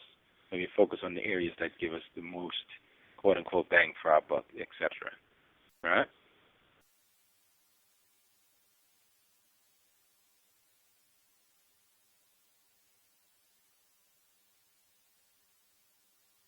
Credibility. So tell about yourself and how you became an expert working with people like them with similar pains and how you've been successful at relieving pain for many people. All right, so I could tell you, like, one of the stories of how I got started with marketing consultant was that I ran a tutoring service at one point in my life in which I always had customers. It was actually after the second year, I always had a full house, which for me was 12 people. And people, I had people on the waiting list or whatever. And my friends would ask me, how is it that I was able to maintain, because essentially I had figured out how to, essentially work part-time and get a full-time income. That's what that was about. And that was great for me. I was just out of college at the time. So it was great. I still had my days free. Still had, I didn't have to work 8 hours like many of my friends. I was actually making what they were making part time. I was making what they were making full time at the time. So anyway, somebody came to me and asked me to help them out, with their marketing, and so I started helping them with their marketing, and lo and behold, over time we became business partners, and that kind of thing. And I started using this process, and then I wanted to learn more about the process I was using because I knew some data about black business, and then I heard about guerrilla marketing, and then I got trained in guerrilla marketing and found out that almost everything I was doing already is what guerrilla marketing was. So guerrilla marketing comes fairly intuitively to me because I was already naturally doing a lot of those things. The things that I talk about now, I was doing them without even thinking about it, to create success in a very small case. What was interesting with the tutoring business at the time was that technically at the time it was a business that I was running without actually. I was an immigrant to the country, so I was yet in transition. I'll just leave it like that. And so I wasn't, supposed to be employed in the classic sense, but running the business. And so I was actually doing what other people who probably have many more opportunities.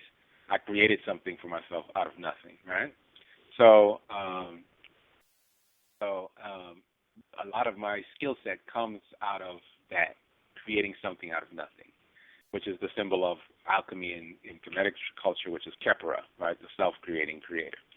So I say that to say that that's where a lot of the credibility comes, and a lot of times I feel like a lot of the people I work with are doing just that, creating something out of nothing, and so I'm in a position to really help them because that's how I got started in this whole process, right?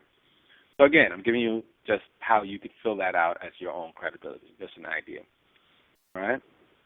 And then the last term that we would use would be action, right? Or the last section that we would fill out would be the action section.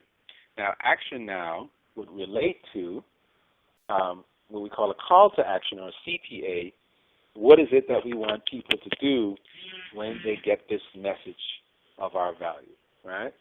So let's say in this context, what I'm really talking about is my marketing system, my 12-step marketing system, and all that. And here I've created a whole, taken this outline here and then turned this into a class where I explain the whole system, right? Because that's the idea of using this value formula, to use it in some way to turn that outline into value for the other person, right? And then at the end of it, I'd say something to the effect of, if you want to know more about this marketing system, call here. If you want to purchase this system now at blah, blah, blah, call here. If you want to work one-on-one with me, call or click this button right here. So the action is what we want them to do. Do we want them to want to click? Do we want them to call? Or do we want them to sign up somewhere? What exactly is it that we want them to do? We want to make that clear so they're actually doing that, right? So if you know the product and the problem that you're solving and all that kind of stuff, you can then create materials based on that using this formula, right? Marketing messages. Making sense, right? So I might do something. Another thing I could do is just an idea in relation to what we talked about. I might say, try my marketing system for a month, right? Let's say I developed it as a software that you can use monthly, and you could develop your own marketing campaigns using this software, right? I said try it for a month. That could be a call to action. Try it for a month, absolutely free. After that, it'll be $97 a month to use the software, as an example, right? So again, that's really the value formula. That's how you should use it, and then use that in conjunction with everything that we said here. Because when you follow this process and you figure out how you're going to give your value and how you're going to package it and how you're going to dollarize it, now when you put it in this context, when you present that same thing. So let's say you decide that you're going to do a giveaway of a $25 webinar, right? $25 webinar and all that. And now you say that webinar is about, it'll solve, XYZ problem for this group of people, and you go and you market that webinar to those people as a free product or service at that point for those people. And each time you do it, you've given away a certain amount of value. Your job is to give away as much value as possible. By the way, you can monetize instantaneously if you want to with value, right? So you can give away some value and then have an offer waiting right then and there. A lot of times people, just that one step, people don't realize how powerful that could be. So, for instance, I've done free lectures, right, where I made anywhere from, small, if it's 25 people, $300 to $1,000, right? So why did that happen? Well, the lecture was free, but I sold the recordings of the lecture, I sold some other things and all that. So typically when I do a free speaking, it's actually not necessarily free to me. Like, it usually turns into money. It's rare that I speak and it doesn't, for free, and it doesn't turn into money somehow, right? Because I already know how to do that, right? And once you begin to create the value for people, and they see who you are, and they know what you have, and they know you have some skills that can help them, some people in the group, a few, will take a chance at that, right? So keep that in mind, that just because it's free doesn't mean that you can't make money right away. I'm just saying don't necessarily look at it that way, but follow up eventually with your irresistible offer, and you'll be fine. All right? Action, and that's it. Good news, folks. We've actually barreled through everything at a very high clip. We finished right around the point that I wanted to. Maybe we can get out a little earlier. We'll finish everything in about maybe 3.5 hours or so, or less. We're at about 3:20 right now. So this is great. Let me ask you any questions, comments, or concerns anybody has at this moment.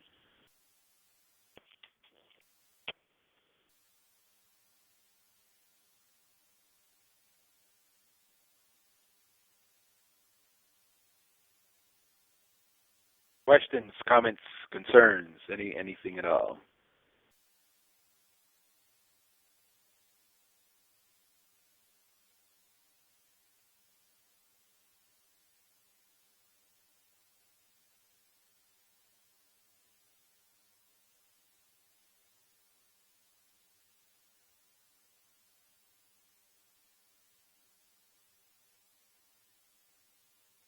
Okay, how's everybody feeling about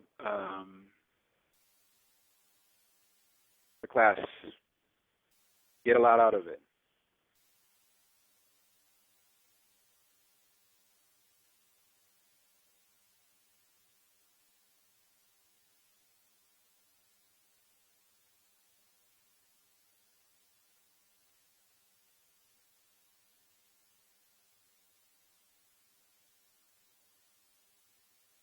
Anybody there?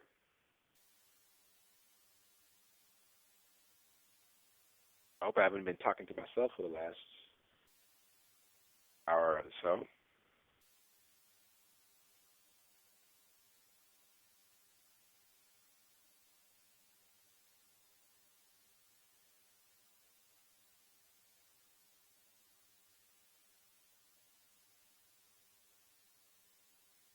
Okay. Nepsa says she is not clear on what dollarizing your story means. Great. All right. Really simple. It means any benefit that your product has for your customers, you want to translate that into a financial meaning, right? In other words, you can say, this will make you feel great, right? That's what this product does, right? If you have cancer, and it'll make you feel great, that's great, but can you express that as a financial benefit? What you can say is, if you have cancer and you're spending $150 a month on medication, right? You get off cancer, you will save $150, right, per month, which is $1,800 a year, right? So if my product, is $200 and can save you $1,800 a year, that's a net of $1,600. Would it be worth it for you, right? So you see how you just took that angle of just taking not just the feeling of feeling good and getting rid of cancer, but you actually translated it into something financially that somebody can see that, oh, yes, that's right, I am spending every month on this cancer. I don't just happen to have cancer. It's costing me money, right? And if I can help you get rid of that, then it means saving $1,800 a year. And now when you come to your price, if your price is $197, you could say to them, you can spend $197 and get rid of the cancer, or you can keep spending $1,800 a year and possibly, end up, dead, right? Quicker, or whatever. So that's kind of the idea. In every situation, it is unique, and it does require different level of thinking depending on what it is that you are dealing with. So that part of it is thinking based. You don't have to think about it right now per se too deeply. I want you to try into it. But certainly when we sit down one-on-one, then I can help you to assess your own personal situation better if you feel like you're struggling with actually translating it. And there's no right or wrong way. It's just a way that works for you. In other words, there might be multiple financial ways of looking at any particular scenario. All right? Anybody else?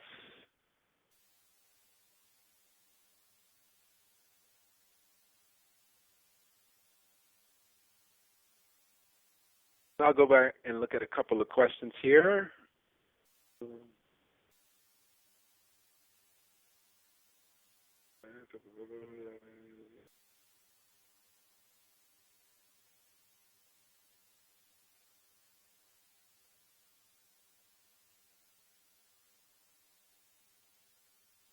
Okay, that's just the main question I see there.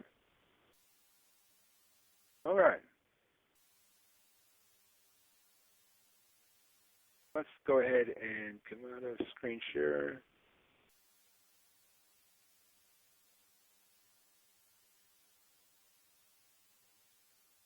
All right, anybody want to share a takeaway from today's call? Any aha moments?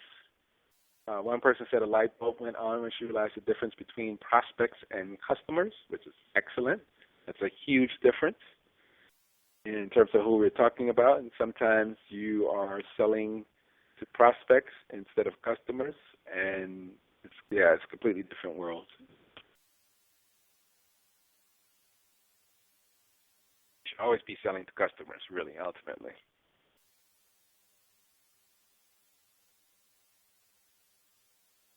I use the word selling loosely there, but creating value for.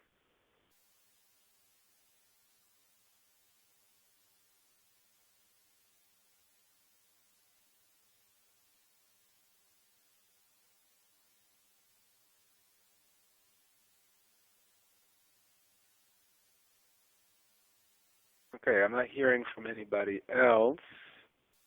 I'm wondering if there's a takeaway.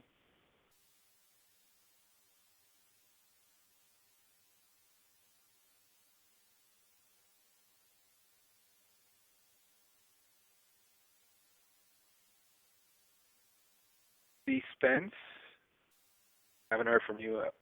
How are you dealing with the class? How are you, Aaron?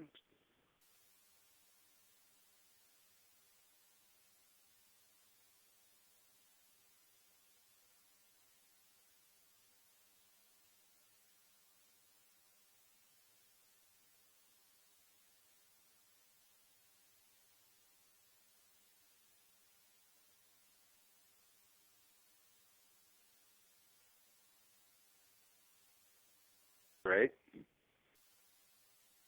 Yes, so continues. The value of education isn't always obvious to people, especially if they haven't paid for education. You're probably right, which is what we talked about.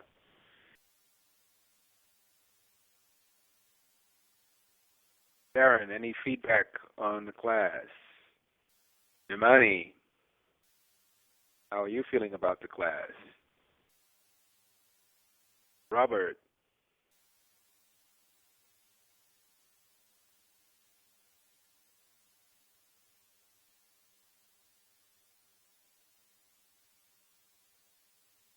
in the chat box, please, if you can.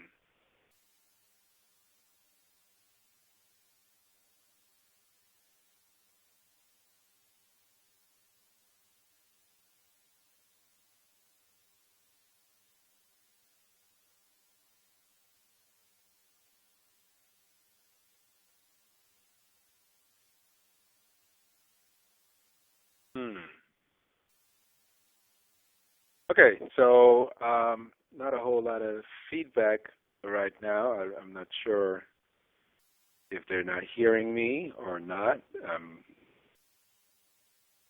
not sure what that is, but it's okay. I'd hope to have maybe a couple of questions. If not, that's fine. Just in terms of moving forward, we will have. I will be emailing and or texting you guys to set up our appointments, in which we will, in a more personal sense, go through this and really blueprint it out for you specifically. So you should be able to, kind of. So this was just the warm-up lap to kind of get you familiar. Next time we're going to be doing it at a high level, so you actually can apply it, hopefully significantly, to what you're doing right away. Also look out, there will be some recordings sent to you. If I don't get to it tonight, certainly first thing in the morning, that recording will be in your inbox. That'll be a set of 10 recordings on value. Different conversations that we had on value and dollarization will be the preeminent ones. I threw in a couple of bonuses or different ones there that talked about branding for us, and also achieving top of mind awareness, which is which is actually really, essentially the goal of all marketing in some ways, especially brand style marketing. And so we went into that in great detail, and most of our businesses do not really deal with that, and I think it's important for you to be familiar with it, and how to achieve what is called top of mind awareness. Top of mind awareness is what it means now when you have achieved high visibility and optimum intrinsic value in an environment, right? And so that means people perceive you, think of you, know you on a completely different level. So that's a very good training for you. I will send you also a copy of the Rapid Monetization training, which is the sister training to this. Again, it'll reiterate a lot of the things that we've already discussed, further kind of solidifying these ideas around value in your mind. My goal for the whole process here that you have embarked on is to leave you well-grounded and comfortable in the skill of mastery, at least enough to value mastery to start the ball rolling. At the end of it, though, you should be determined to practice and practice and practice and practice until you get it right? You have a lot of value to create in your business to be successful. You now know exactly how much value you need to create to get to the goal that you want to. There's a deeper level of thought that has to be going into your promotion and positioning, if you haven't already thought through it.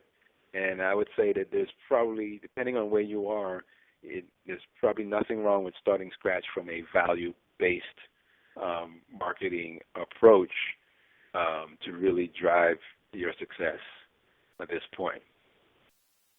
All right? So again, I'm going to give you guys, one more chance before I go. I know you're all. I see people on the line. I'm going to give you a chance, one more chance to ask a question or leave a comment before we say good night. It could be any kind of comment at all. I know you've gone through a lot of information and knowledge. We touched on everything, from value ladders to dollarization to the two-step formula to bonding with the customers to the natural disadvantages we have in creating value to the value formula to we have covered a really wide territory in just in a good amount of time, right? So hopefully you have followed along, you've completed the assignments, and when we sit down, we'll wrap in greater detail. All right. Any final comments?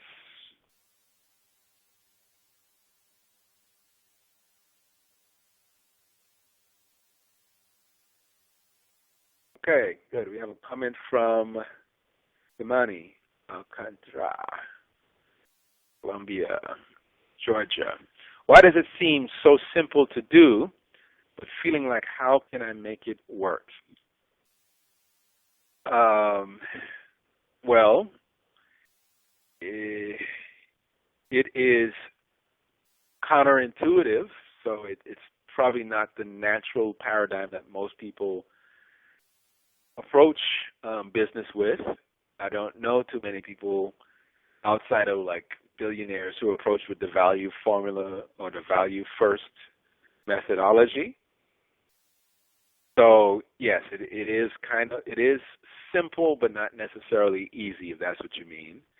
But definitely, I will help you through that and help you to figure that out. What it does require is commitment. It does require consistency. It does require some testing and tweaking to make sure it's doing what you want it to do and understanding the context and some patience. So all of that is happening, and usually if we're in a kind of a rush situation to get some results, it will, it's just a luxury that many people do not or cannot afford at the time.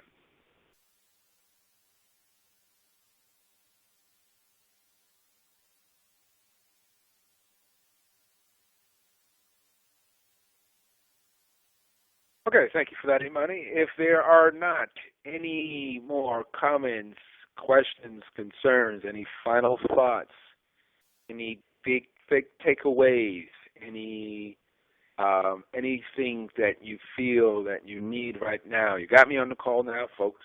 You can, I'm on your dime, so now is the time. If you got it, otherwise I'm going to assume that you really got this and are ready to roll with it. If there's any comments, concerns, anything at all, then I definitely would like to hear from you.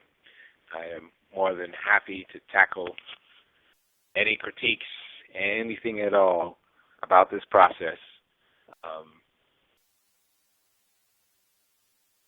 So you have one more chance before I go. If not, I want to remind you that in business and in life, value always wins. Value always wins. Let that be the thing that you walk away from hearing my voice, and understanding that if you truly commit yourself to mastering the art of creating massive value, not only will you change the monetary reality that you exist in, you'll also change the power dynamics on the planet Earth. We will also change the power dynamics on the planet Earth. And far more important than just changing the monetary situation or system, which is great, is changing the power dynamics, coming to power once again. We started off by saying that the essence of marketing is to be remarkable, to do, say, be something remarkable. I trust that you have found today's presentation remarkable, worthy of you sharing with others and letting them know that there is somebody here who is interested in helping us to break through in a different and yet ancient way to, again, change the power dynamics on the planet once and for all. All right? I want to thank you all for being so studious, for being excellent students, for your questions, for your comments, for your ears, for your attention, for your ability to go through the documents over and over. I thank you, and I wish you a wonderful night, a better tomorrow, and look out for that call from me, or text or email, setting up our one-on-one. You still have that session, and we will create some value in that session that you can use in your business. All right? At least that much you will walk away from this class with actually having created something, if you haven't already, that you can use right away, that you can kind of take to the bank, as it were. All right? Be blessed. Be more. I'll see you at the top. This is Aakhu, your guerrilla marketing consultant, signing out for tonight. Hotep.